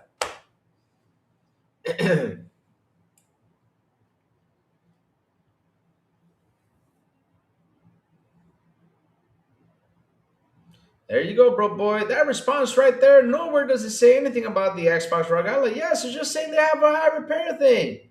Because like I said, I got a question though, chat, simple and easy. What other products does Asus have? I mean, is it the only Xbox Rock Ally X out there? I mean, there's just that's the only product they have. Asus, here, help us out real quick before I continue our meeting with that. Time to go to Asus. How do I put this? Asus. All right, I'm just gonna type this. AsusGlobal.com. All right, driven quality, class products, innovation, and yada yada yada. Okay, so let's see right here. Yes, let's go to Asus.com. So real quick, chat. I'm gonna go to Asus website right now, and I'll paste it right here. You know, we're now looking at Asus Global. Yes, I mean they only have Xbox Royale X. They don't have anything else. Asus does not make any other products but just the Xbox Royale X. Yes, my friends, that's the only thing. Oh, what is this? Oh, wait. They have motherboards. But wait. Huh. Oh, what is that? Yo, what is that? Oh. Whoa. They got laptops. Hey. Whoa, monitors. Graphic cards. Huh. Oh, wow. I did not know this. I thought it was only the Asus. Xbox Rock Ally X, yeah. Oh, what is that? It's a send book. Oh, really? Seriously?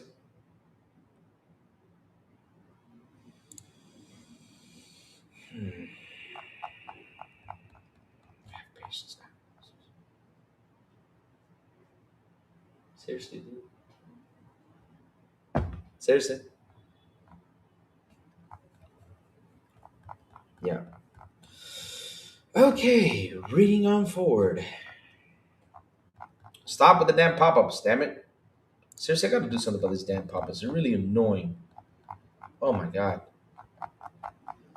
So it says here, therefore, as a temporary measure, some UK mainland RNA repair requests will temporarily be routed diverted to our overseas repair facility. Oh dear. While this doesn't specifically mean that there is an influx of influx of ROG ally units failing, it certainly gives me the heebie-jeebies to know that Asus is currently overwhelmed with repair across the product's range. Could the Xbox Ally be the culprit?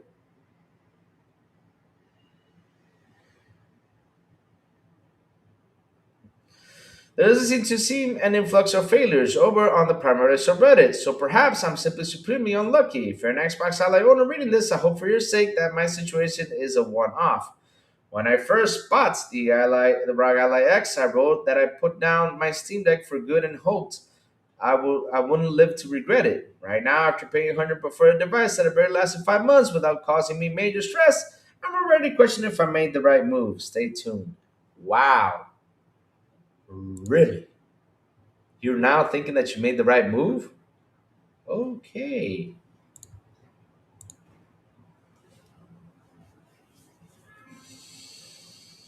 Hmm.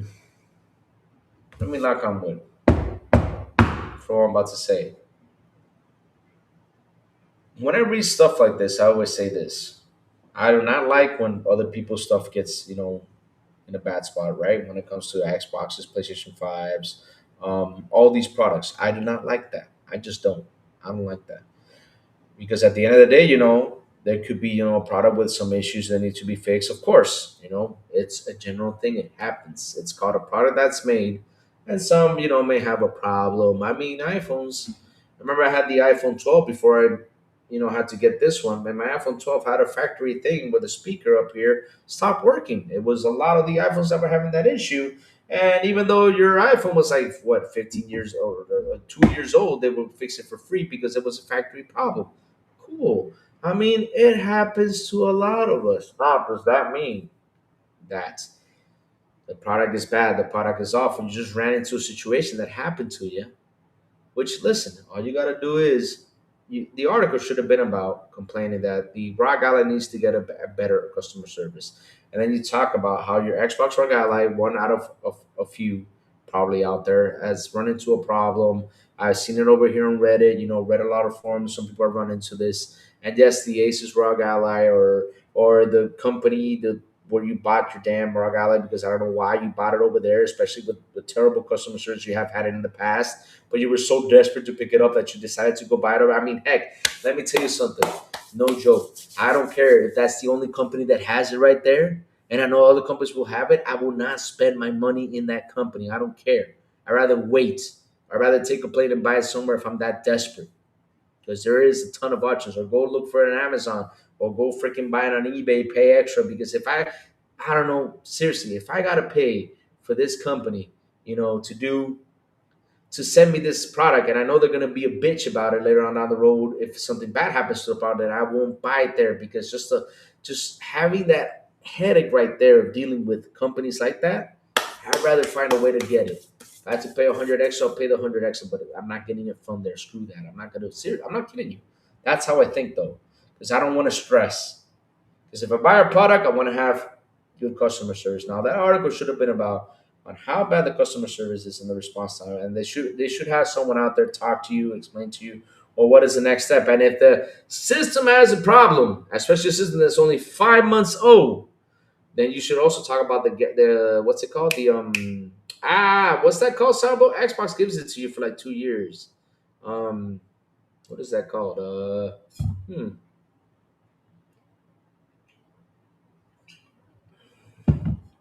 Even phones have that. Like, you pay for like an extra protection, right? What is that called though? Help me out with that. It's a Freedom handheld for Reason, for Lex, and Nintendo. So I'm in the middle of. It's probably became some stuff with PCs going forward. And the original ROG Allies was that little laptop sort of device. Yeah, I mean, look, if they're high on demand, now that is the problem. Our problem is being told something versus experiencing in real life. I watched a ton of 17 Pro Max reviews. All of them are talking the same day battery life. Yeah, warranty. Thank you. You can talk about the warranty, right? The Asus warranty. I mean, that's what you gotta talk about, the article right there. The warranties on these devices. You gotta say, well, I only have 5 months. So they gotta have a better warranty. If this system has 5 months in and it failed, they should tell me, well, send it in. We'll send you a new one, because shit, you paid $1,000 for this thing. Oh, my rating is at 39% at noon. Oh shit! Thank you for that, Safo. I'm not buying that iPhone right now. Mine right now, after the update, it's gotten a bit better though. But I gotta really get out of groups though, because I'm in several groups and all they do is talk crap. Seriously, it's annoying.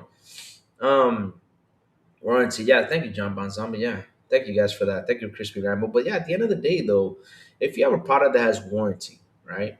Then you gotta say, hey, I have warranty. Send me a new device. And what they gotta do is send the device in. We'll send you a new one. That's it. That's what they gotta do.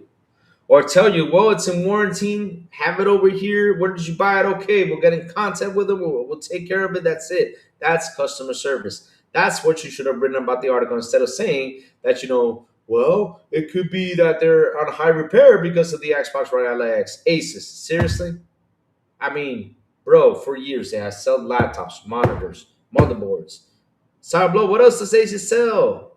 Keyboards, underwear, clothes, G strings. No, I'm just kidding about the G strings, but y'all know what I mean. There are so many products out there.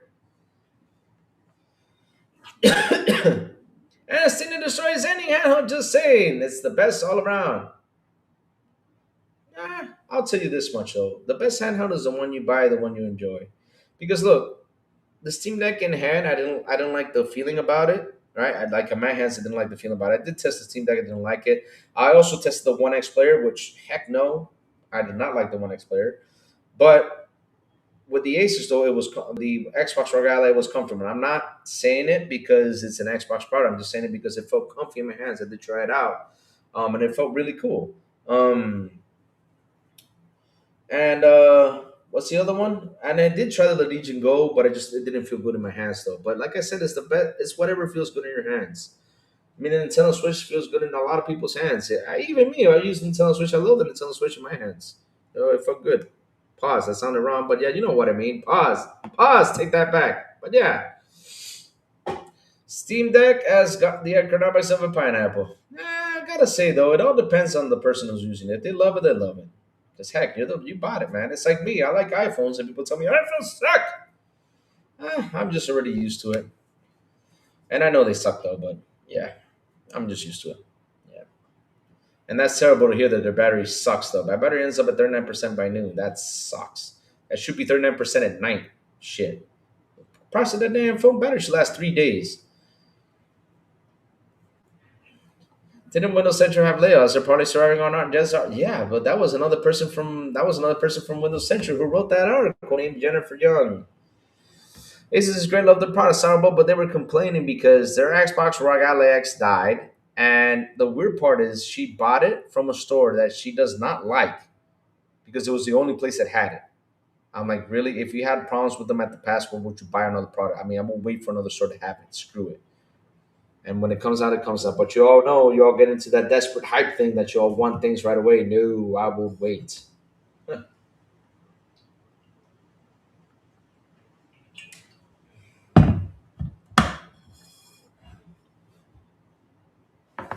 Then when it feels good, you should like pausing a lot. Laugh, man. Stop picking on me. Because PC handles aren't even that bad. No, it depends though on which one you want to get though. The Steam Deck, if you like it, it's good for you. If you like, I forgot there's one out there that even melts the screen. I forgot the name of it. I don't know. I heard like a rumor that there's one out there that melts the screen or something, and it burns in your hands. I don't know. I don't know. I'm just messing. I heard something like that, but yeah. Then you gotta send it in. They'll send you a new one. Yeah. But it all depends on which one you buy. If you like, for example, if you like the PS Portal, good for you. I don't find use for it still because I live in Dominican. The internet's not 100% good, so there's lag here. So it won't work for me. Now, if it was something I could download the games and play, then it will work fine, though. That's the thing, though. It all depends what you want to get, what you want to enjoy, my chat. That's all it is. Oh, why didn't this go? There you go. Perfect. There's always watch out other things. It's just not using the same one piece of tech. Yep. I'm really having trouble deciding on the handle because the ROG Ally looking cool on the Steam Deck Legion, and Ayeno all feel good in my hands. Well, Malcolm Lax, let me tell you something. Try them all. Try them all. And sit down and just test them. If you go to Walmart, if you go to Best Buy or Target or Kmart, I don't know if Kmart still exists. Does it? No, it doesn't exist. But yeah, whichever store you go to, they have that technology there, or wherever you guys go, whichever PC store, whatever they have it there, test it for 10 minutes, hold it, see how it feels. If you like how it feels and say, okay, I like this one, this is more comfortable, I like the way the game looks or anything, just test it out. That's why they have it there for you to test. So test it, my friends. Test it. Don't be afraid to hold it. Don't be afraid to grab it, even though it's got the damn thing holding on to it, which is annoying. But for security measures, you got to have it. But yeah, test it out. Test it out. Test it out, my friends. Just test it out. Always test out everything. Same thing with phones. Same thing with cars, though. You guys see a new car? Say, give me a test drive. Because let me tell you something, my chat. It has happened. For example, my father, true story. I'm not kidding you. This is a true story, my chat. So my father, he had a Santa Fe, right? And he wanted to buy a new car, and he's like, "Yeah, I just saw the Lexus. I think it was the UX. I don't remember which one it was. It was a Lexus, right?" So I tell my father, test drive the car. He's like, no, I don't like it. He's just sat in it and did not test drive. I said, test drive the car. He just sat on it, didn't test it. I'm like, okay. As soon as he pulls out the dealer, I'm not kidding. As soon as he pulls out the dealer, we go over to like no wait. As soon as he comes out the dealer, he starts driving it, and he calls me when he gets home, and he's like, I feel odd in this car. I was like, okay, what happened? He said, well, it feels kind of small. I'm like, really? So you just bought this car that cost a ton of money and you did not test drive it. But okay, good. You know what? Deal with it, I told him. 3 weeks later, he goes and accompanies me because I already sold my Jeep. I had a Jeep, I already sold it. And I was on foot, so I asked him to take me to the dealership because my father's retired. So I said, okay, take me to the dealership so I can get my new car. And all of a sudden, the new Santa Fe pulls in. If the new Santa Fe pulls in, he sees the new Santa Fe, and he's like, "Wow, this is so cool!" I'm like, "Really?"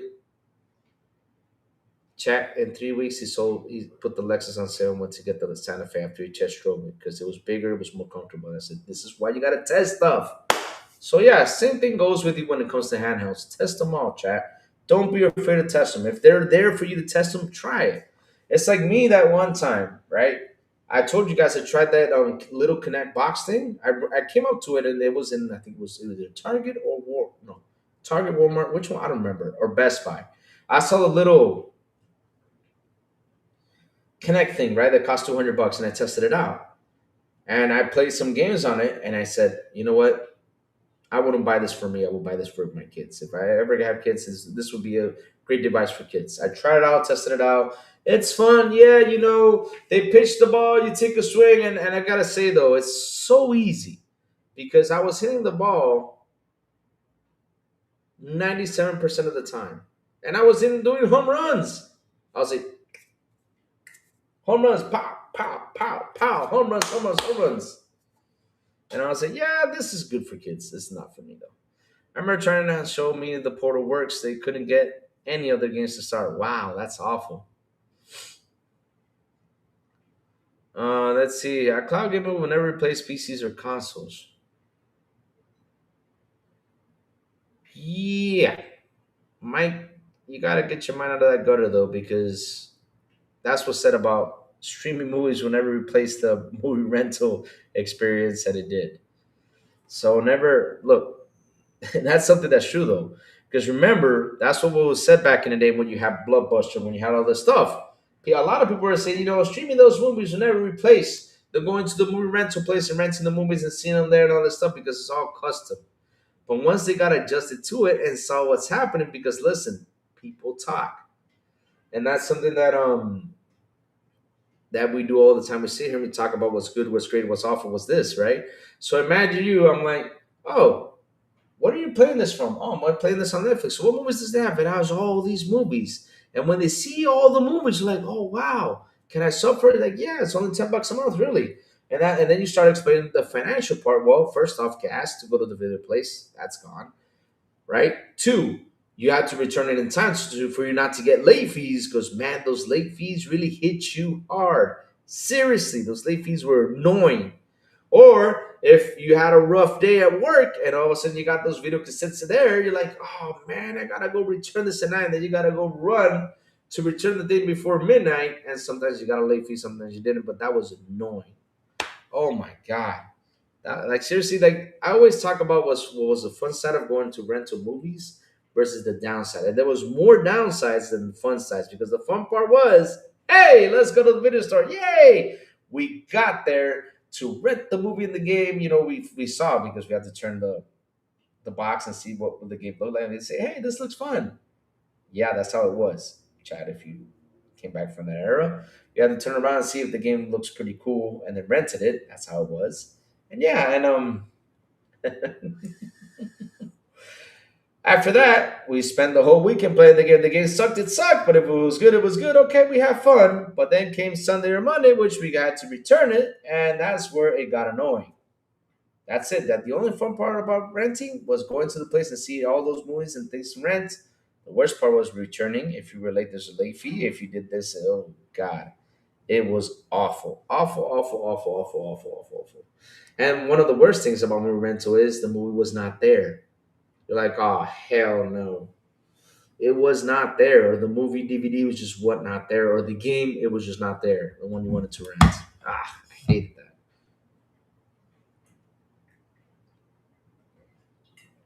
Mm. Like I remember someone, okay, again, start like you already stream games on PlayStation 5 and the Series X on Xbox Cloud Gaming, which is why Nvidia Cloud Gaming exists.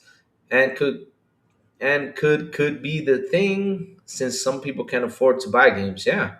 Digital Foundry had a video showing how bad portals input lag even on your local home network. Which along the way, because that's the thing though, Safo, when it comes down to cloud gaming, it takes time to perfect. Like the Xbox cloud gaming in general, like when I was in the States a month ago, I played Dave the Diver, I played Helldivers 2, and the lag was good, but it wasn't perfect.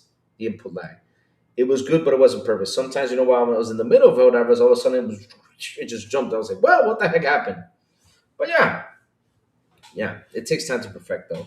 Remember waiting around your local video store for over 2 hours for someone to return the only copy of SNES and SD4 games back in the day says you pay.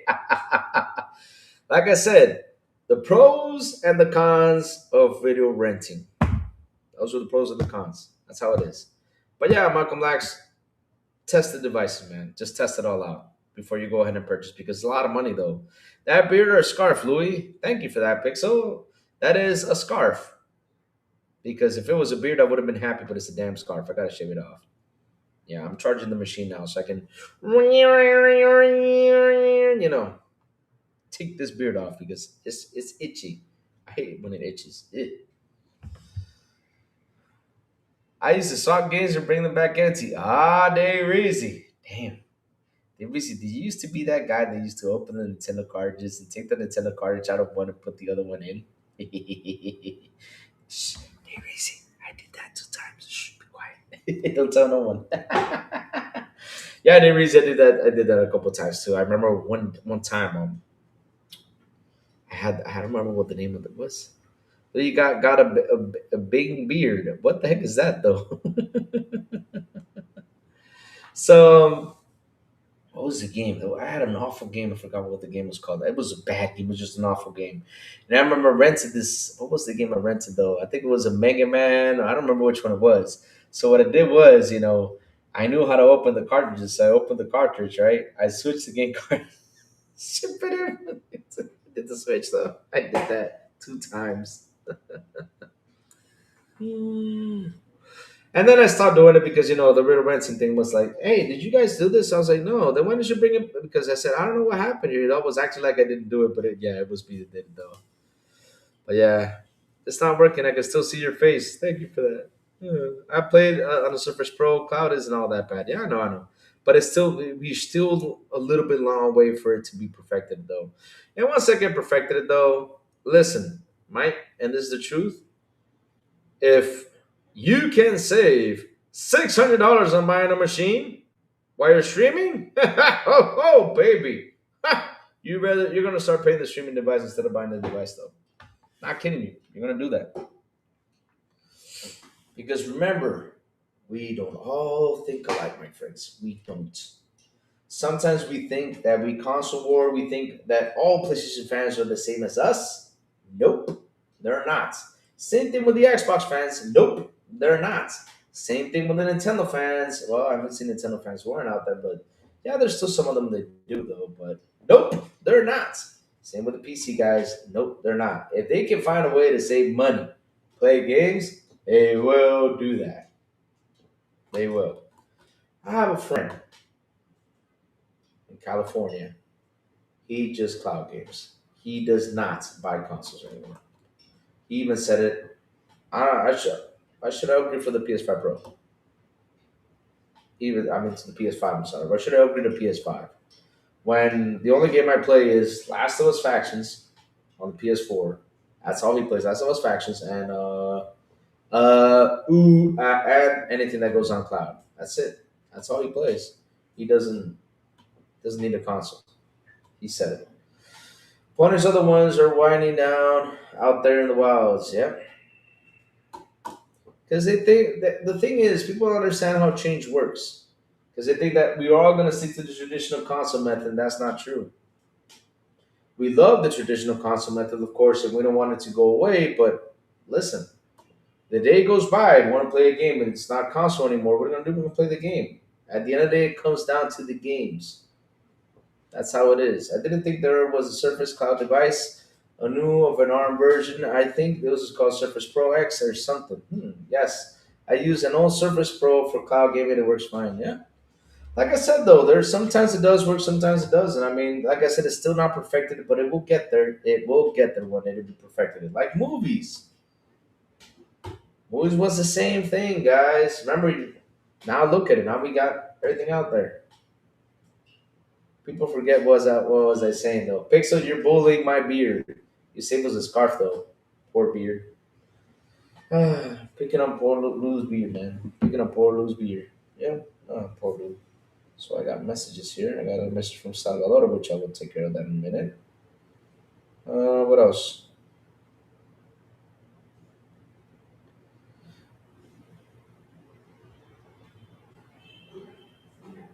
Traditional consoles go away. Will go away, like how dedicated DVDs and BRDs did, having a dedicated price of hardware that does only one task. Is the way of the past. Play this shit again. Why you guys gotta bring up past though? Now I'm thinking about the angry video game nerd song. But yeah, I mean, look, it is what it is. The thing is, it takes time though. Now, will it go away next gen? No. Will it go away the next gen? Probably. Now the next gen, of course, they will disappear. Hitchhiking usually balls of thumb. What do you mean by that? Sony needs GTA 6, so 92 million consoles got get powered on. Laugh out loud. Oh God, radio with the slander. Listen, GTA will do something good, right? At the end of the day, they will do something good. I mean, it's gonna help console sales, so of course it will, right? But it's not the forsaken savior of all consoles. It's not. It's not. I mean, it will sell good, awesome, fantastic. You know, they probably have a lot of sales in. But the question is, with right now, literally, no joke, we are so close to next gen that it won't do that much of impact because a lot of people are like, damn, I gotta spend $600 for this box. But not only that, chat, I mean, we have got big money. How many months do we have though? Let's see. We're now in February. It's November, so we got March, April, May, June, July, August, September, October, November. We are 8 months away, my chat. 8 months. We do not know what's going to happen in 8 months, especially with this RAM prices surging like crazy. We don't know if console prices are going to increase and all that stuff. We don't know. We do not know. And kind of funny though, chat. And let me tell you something. You know when they're going to start selling? When August hits and GTA starts doing the marketing. Because right now, with so many delays, though, people are still 50-50 if it's actually going to release in November. They are a little bit.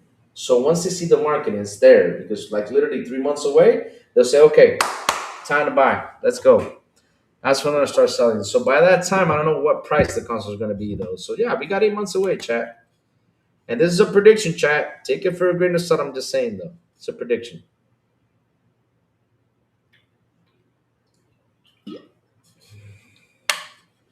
Tap dancing. Who in the blue hell want to tap dance in the damn shower? Hell no. I wouldn't tap dance in the damn shower.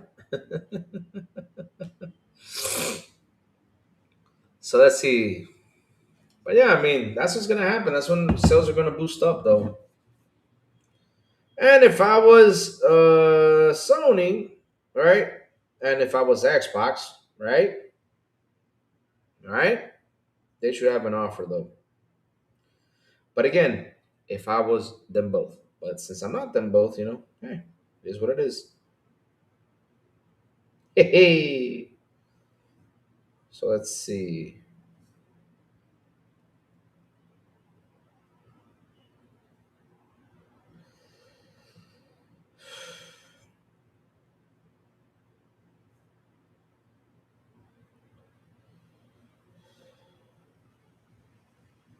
Okay, okay. Let's see now. Oh,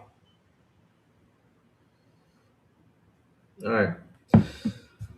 Do you think GTA 6 will be there? Beware though. Beware though. I'm hopefully the 12th. Let me see. I'm hopeful for the 12th. Obviously, Sony be happy on the 13 Game Pass. La fa la. Hmm. Can you imagine that Sony announces Xbox Game Pass coming to PlayStation? How this with this economy of GTA isn't going to warrant the purchase of a console. Safo, you'd be impressed though. You'd be impressed. Now GTA 6 will get OTS on gift pickles. You'll be impressed though on how people go nuts and decide to go purchase a box though for one game. There's a lot of people that do that though. And the thing is that they know for a fact it will do something, will have an impact. I mean, Safo, no joke, out of all the games out there, seriously, I sit and I look at this and I'm like, whoa, look at this.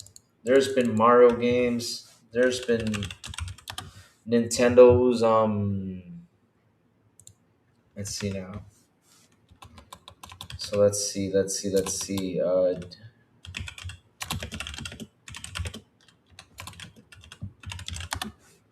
So let's see now. Let me see if I can find the first trailer though. Here it is, right? No joke. And here's the funny part though, and I'm about to say something that's hilarious though. Is BB Money in here? BB, are you in here? I know BB Money's not in here because BB Money, he goes away. That's what he does though. He's with his girlfriend now, but no joke though. Look at this number. I'm gonna show it to you right now. It's mighty impressive though.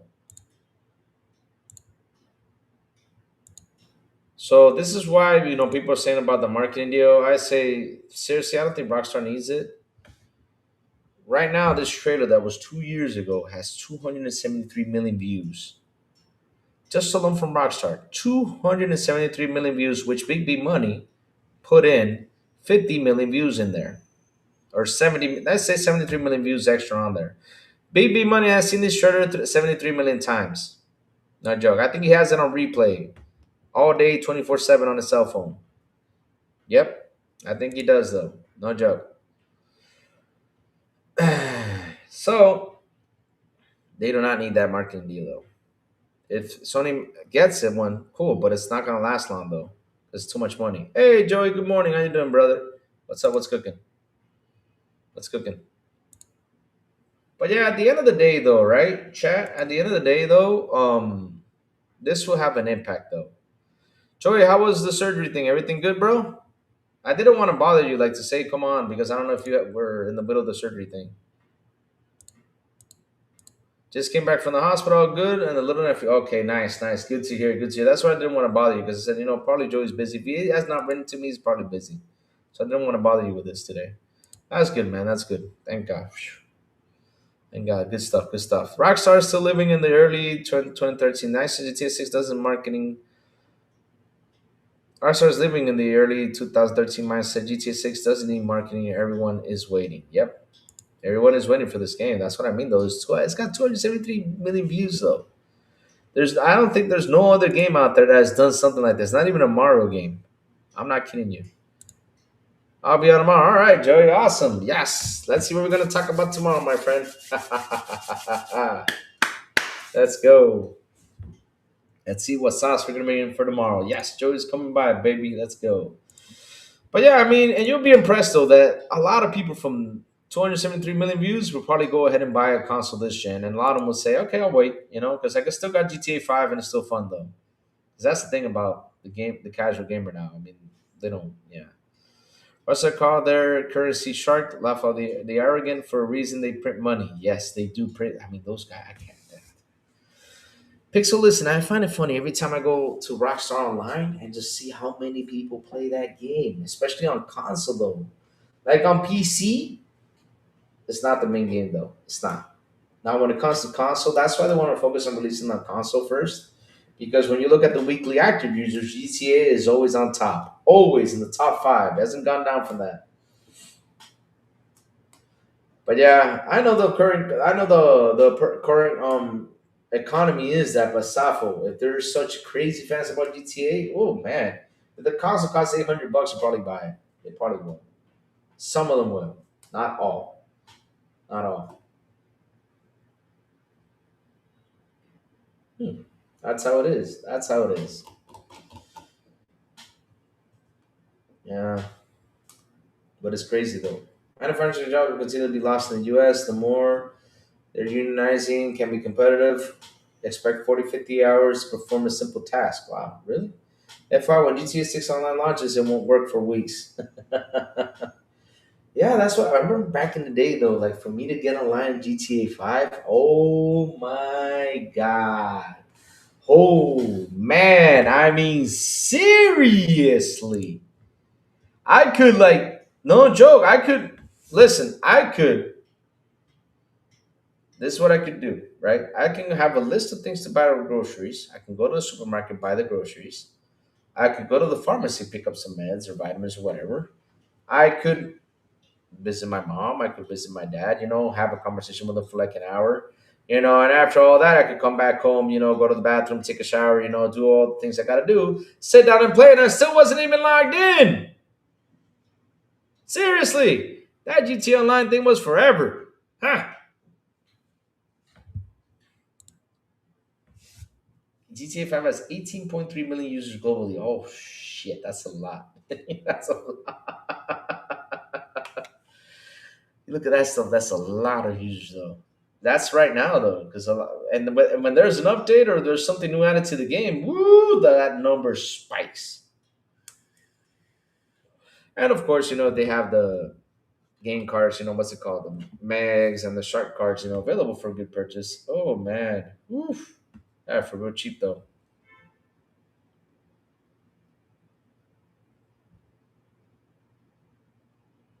It spikes, too.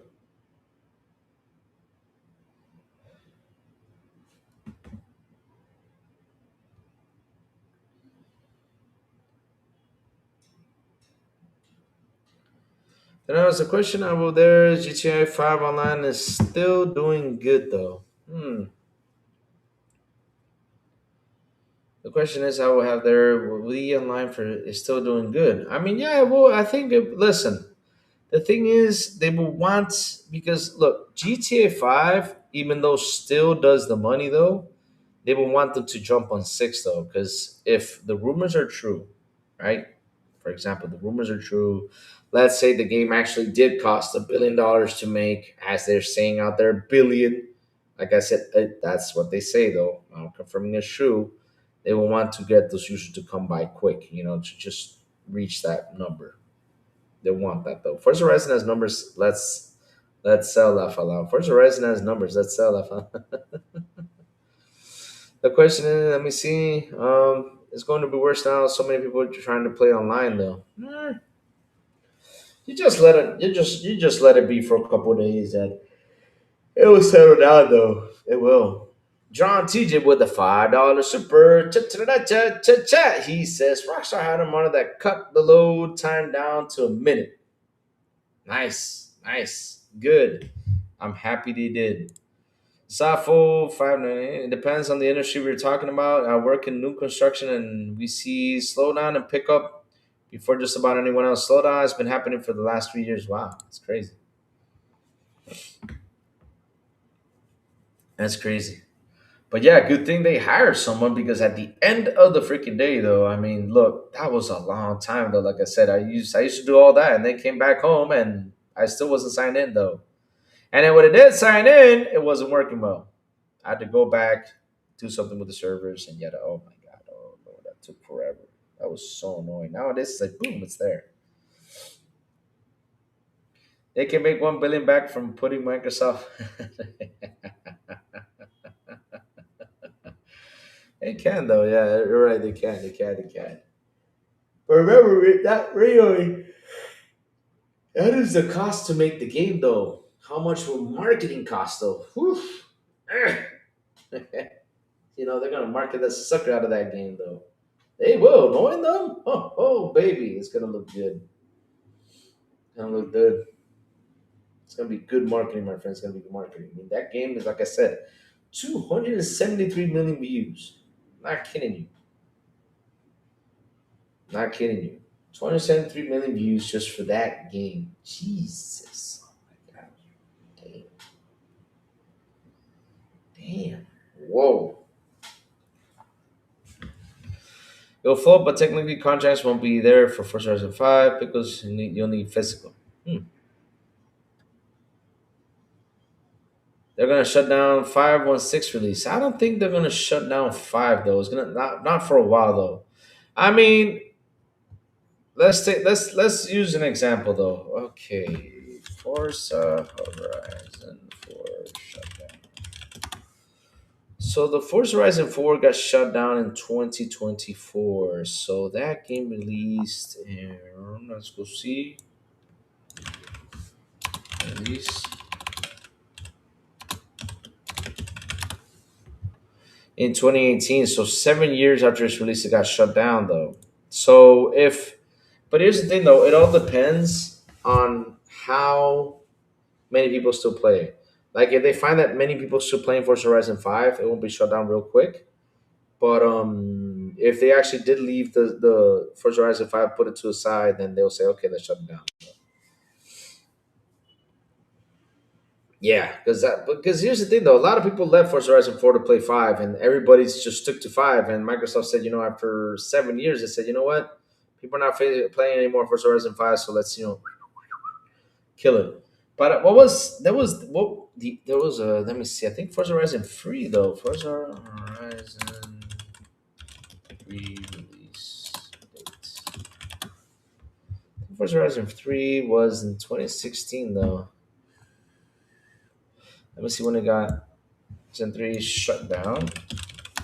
It got shut down, and yeah. So Forza Horizon 3 only lasted 4 years. As people went to 4, they shut it down. It all depends like how many people use it though. Yeah. It all depends on how many people stick to it though. Because if people stick to it, they won't shut it down. It's like Counter Strike though. You see Counter Strike the games, Counter Strike 2. Counter Strike 2 is old like me. No kidding. Counter Strike 2 released like 20, 25 years ago.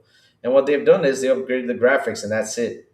That's it. They have not released a new Counter Strike. All they did was upgrade, upgrade, upgrade, upgrade, upgrade, and basically, just to play it. John TJ with a $2 super chat. You can still play online. You just can't buy it. No, they should be able to buy it. No.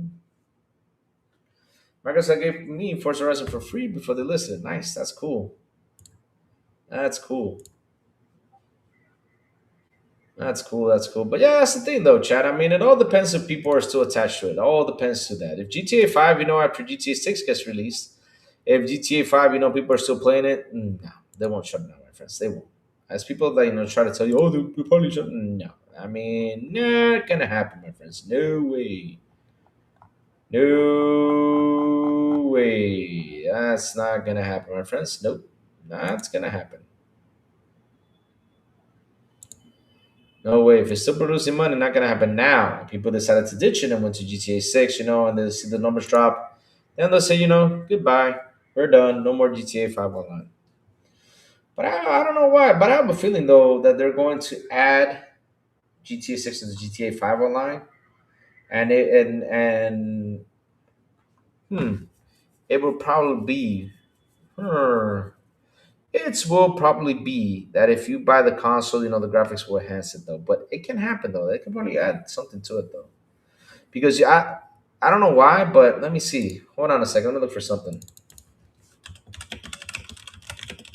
Separate from GTA 5. Hold on a second. Let me see.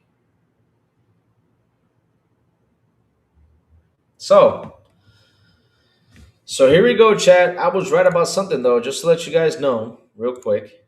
Yes, GTA Online has separated from GTA 5, becoming a standalone title, particularly on PlayStation 5, Xbox Series X and S, as of March 2022. While originally launched as a bundle, now it's separated. So GTA 5 Online is a separate thing, right? It got separated.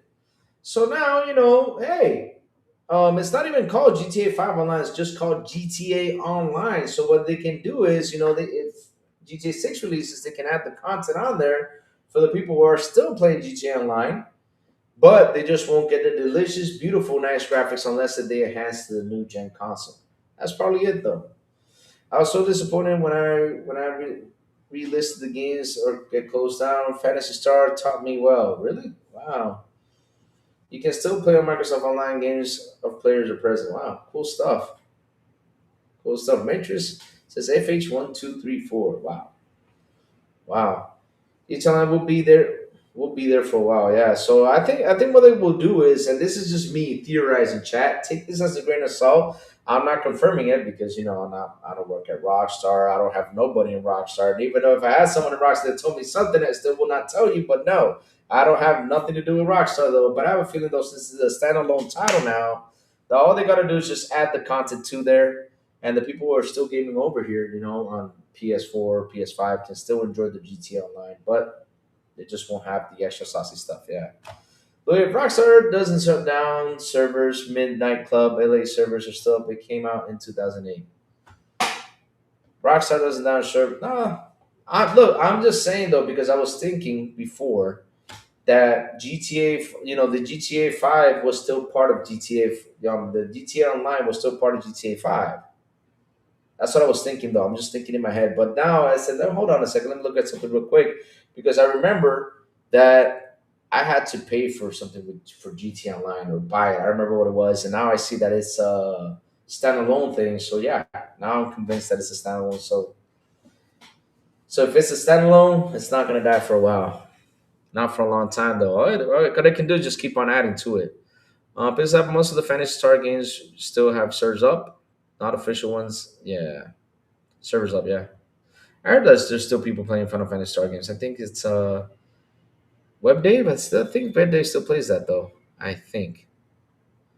PSO the Goat love that game. The good thing about ditching the PS4 as a whole will be the only PS5 release, so we might in the right direction. Hmm. Just focusing on next gen only. I think they're focusing on next gen because we're getting close to another gen. That's why. And if they continue on to release on these boxes and not trying to get the people to move from the box, then imagine they're going to be working for 3 gens. They're going to go nuts. That's going to take a lot, and I do mean a lot of development time to release, though. A lot of development time. Imagine you're right now sitting there, like, okay, now we have, which they did try it, though. Didn't they? Yeah, they did try it with the 360 and PS3, though. No. My bad. No, they did not try it. No. Sorry about that. No. Because yeah, they stopped developing for the PS3. Some games did in 2018. Yeah, I think several times they did. Yeah, but yeah, I mean when we skip a gen though. I mean not skip a gen, when we get a new gen, they do always focus on the last gen before and also the new gen. But they don't focus on two or three gens behind though, because it would literally make them nuts. Imagine that you got to develop. Let's see, WWE 2K26 for PlayStation 6, PlayStation 5, and PlayStation 4. Whew, that's going to take a lot of development time right there. It's like PUBG, though. They said, we're going to quit supporting our servers for PS4 and Xbox or Xbox One are done. Let's focus on PS5 now and moving on forward. Because, yeah, we're getting close to the next gen consoles. So it's time to focus on that. I think Fortnite would do it at the end of the day, though. I think they'll do that, and that's where people are going to buy or PS5 or PS6 when it comes out. It's going to be interesting to see, though.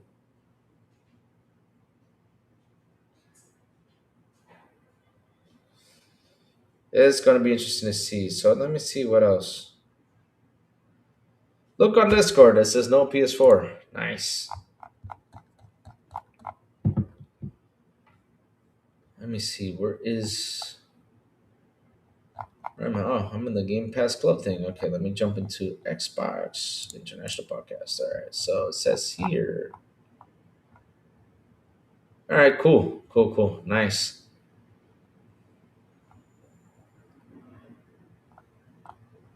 nice, cool beans, my friends, cool beans. It says no PS4. Good, finally. I think it's time to just leave the old console gen behind. I think it's time for that. I mean, we're 5 years in this generation, and yeah, I think it's time though. I think it's time.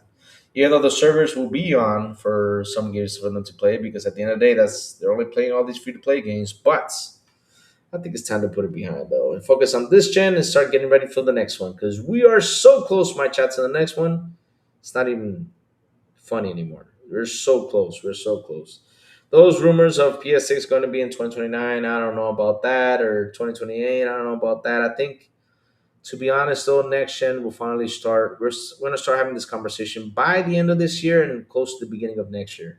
I think we're getting to that point, though. We are getting to that point of talking next gen. We are.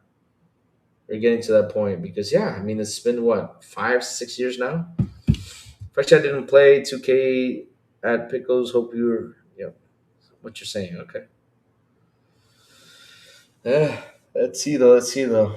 But chat, listen up. The crazy ones gotta go. Chat, I gotta gear up. I gotta go pick up my motorcycle. It's been in the shop for 2 or 3 days. I gotta get that done. All gens are gonna be the same going forward. I am oh shit. It says boy ran. Oh man. I think so too though, because I mean when I sit here and I look at because it's kind of funny though, graphically. How did this gen improve graphically, though, Chad? What do you see in graphics improvement? Because, okay, prime example, Red Dead Redemption, Last of Us 2, prime example, and also Rise, Son of Rome. You take those three games, you put it now to compete against graphics these days, you're like, whoa, you know? I mean, looking at that, you're like, no way, you know? I mean, they look as good as the graphics these days, though. I'm not kidding you, they do. Those are three great graphical games, and they look freaking fantastic. And you compare it to nowadays, they look the same almost. I said almost though, but they look good though. But yeah, Chad, like I was saying, I gotta go pick up my motorcycles. I got a couple things to do. But Chad, like always, before we go, tell me what you've all been playing. This gen doesn't look much unless if you got a PC, then you can see more details like shadows, more hairs, more trees, leaves, reflections, cookies, coconuts. Yeah, because the only graphic is a big difference for 30 FPS to 60 FPS, which matter better doing the jump. To be honest though, Pickles, you know what I want? I want next gen just to be 4K 60. Period. That's it. Nothing else. Skip the 2K and go to 460. It's time to get a 460, baby. Come on. 4K 60. Let's go. 4K 60. Let's go. Start off Final Fantasy 2. Fun little games. Oh, nice. Tetris kind of improved. Tetris. What is Tetris? Are you talking about titties or Tetris? Pause. Please don't say titties.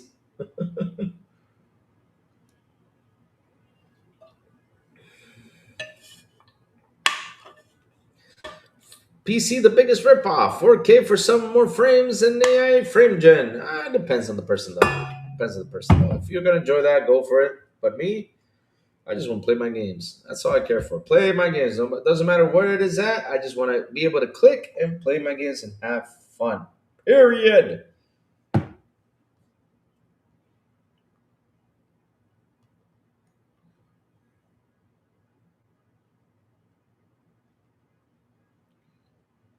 I'm right now answering things. My chat. Sorry about that.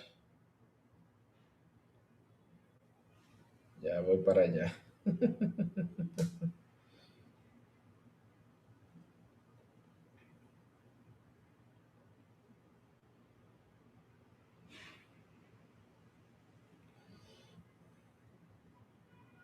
I got coconuts. I like to shake my maracas, la fa la.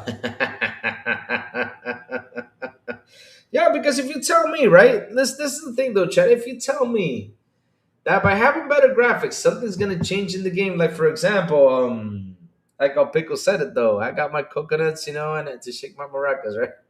You're gonna grab coconuts and shake them like maracas. Like they shake the coconuts like maracas, you know. I don't use frame gen. It's optional.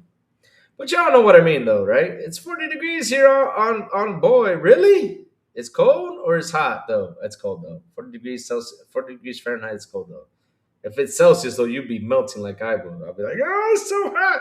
But right now, Chad, I gotta go pick up my bike. It's been in the shop for 2 3 days, and now right now they wrote to me and said you don't want your motorcycle. I'm like, yes, I do. I'm sorry, I gotta go pick it up now. And then I gotta go pick it up, my friends. I gotta go pick it up. Hmm.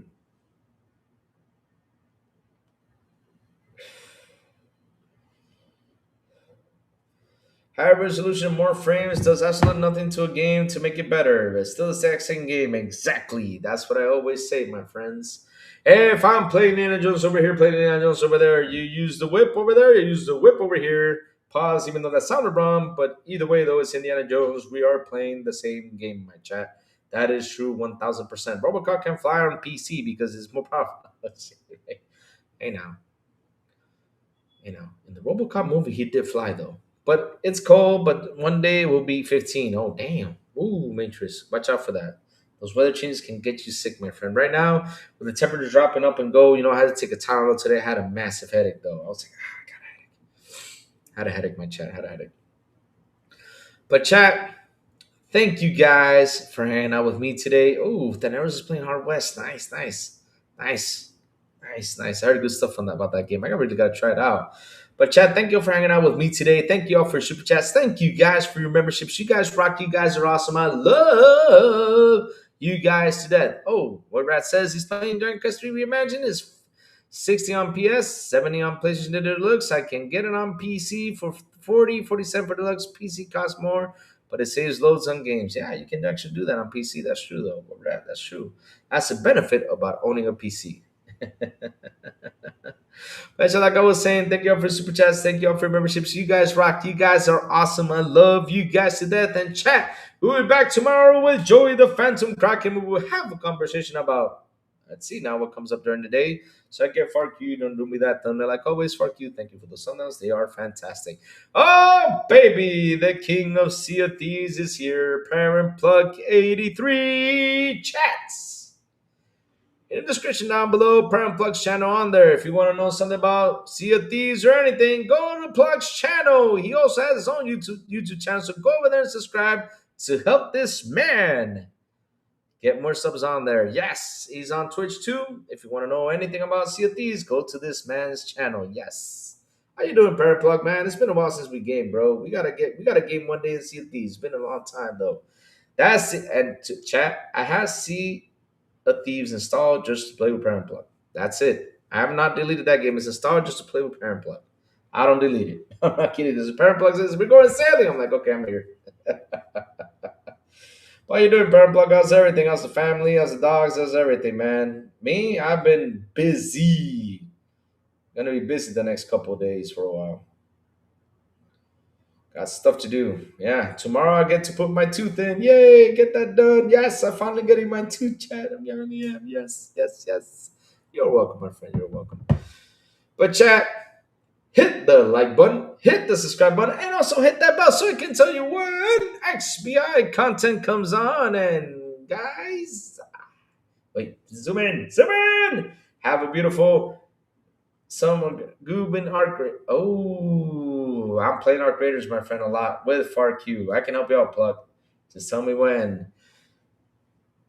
Have a beautiful one. I do mean a beautiful one on some Tuesday. And as always, I will see you guys on the Xbox International Podcast at 7 p.m. ET when we do come back with Silent Cypher, Sour Blow, and the Big Plume. On Fridays, invite me to Don XBI en Español with Elvis, Eliancita, and Metal Berserker. And last but not least, good morning with Crazy Little Gaming when I send the signal over there on Twitter X, Blue Sky, Discord, and YouTube. And that's why you gotta hit that bell so you can know when the crazy one comes on top of what's happening in the gaming news world. Have a beautiful day, my friends, and I will see you guys tomorrow morning on Good Morning with Crazy Little Gaming. Bye, y'all. Have an awesome one.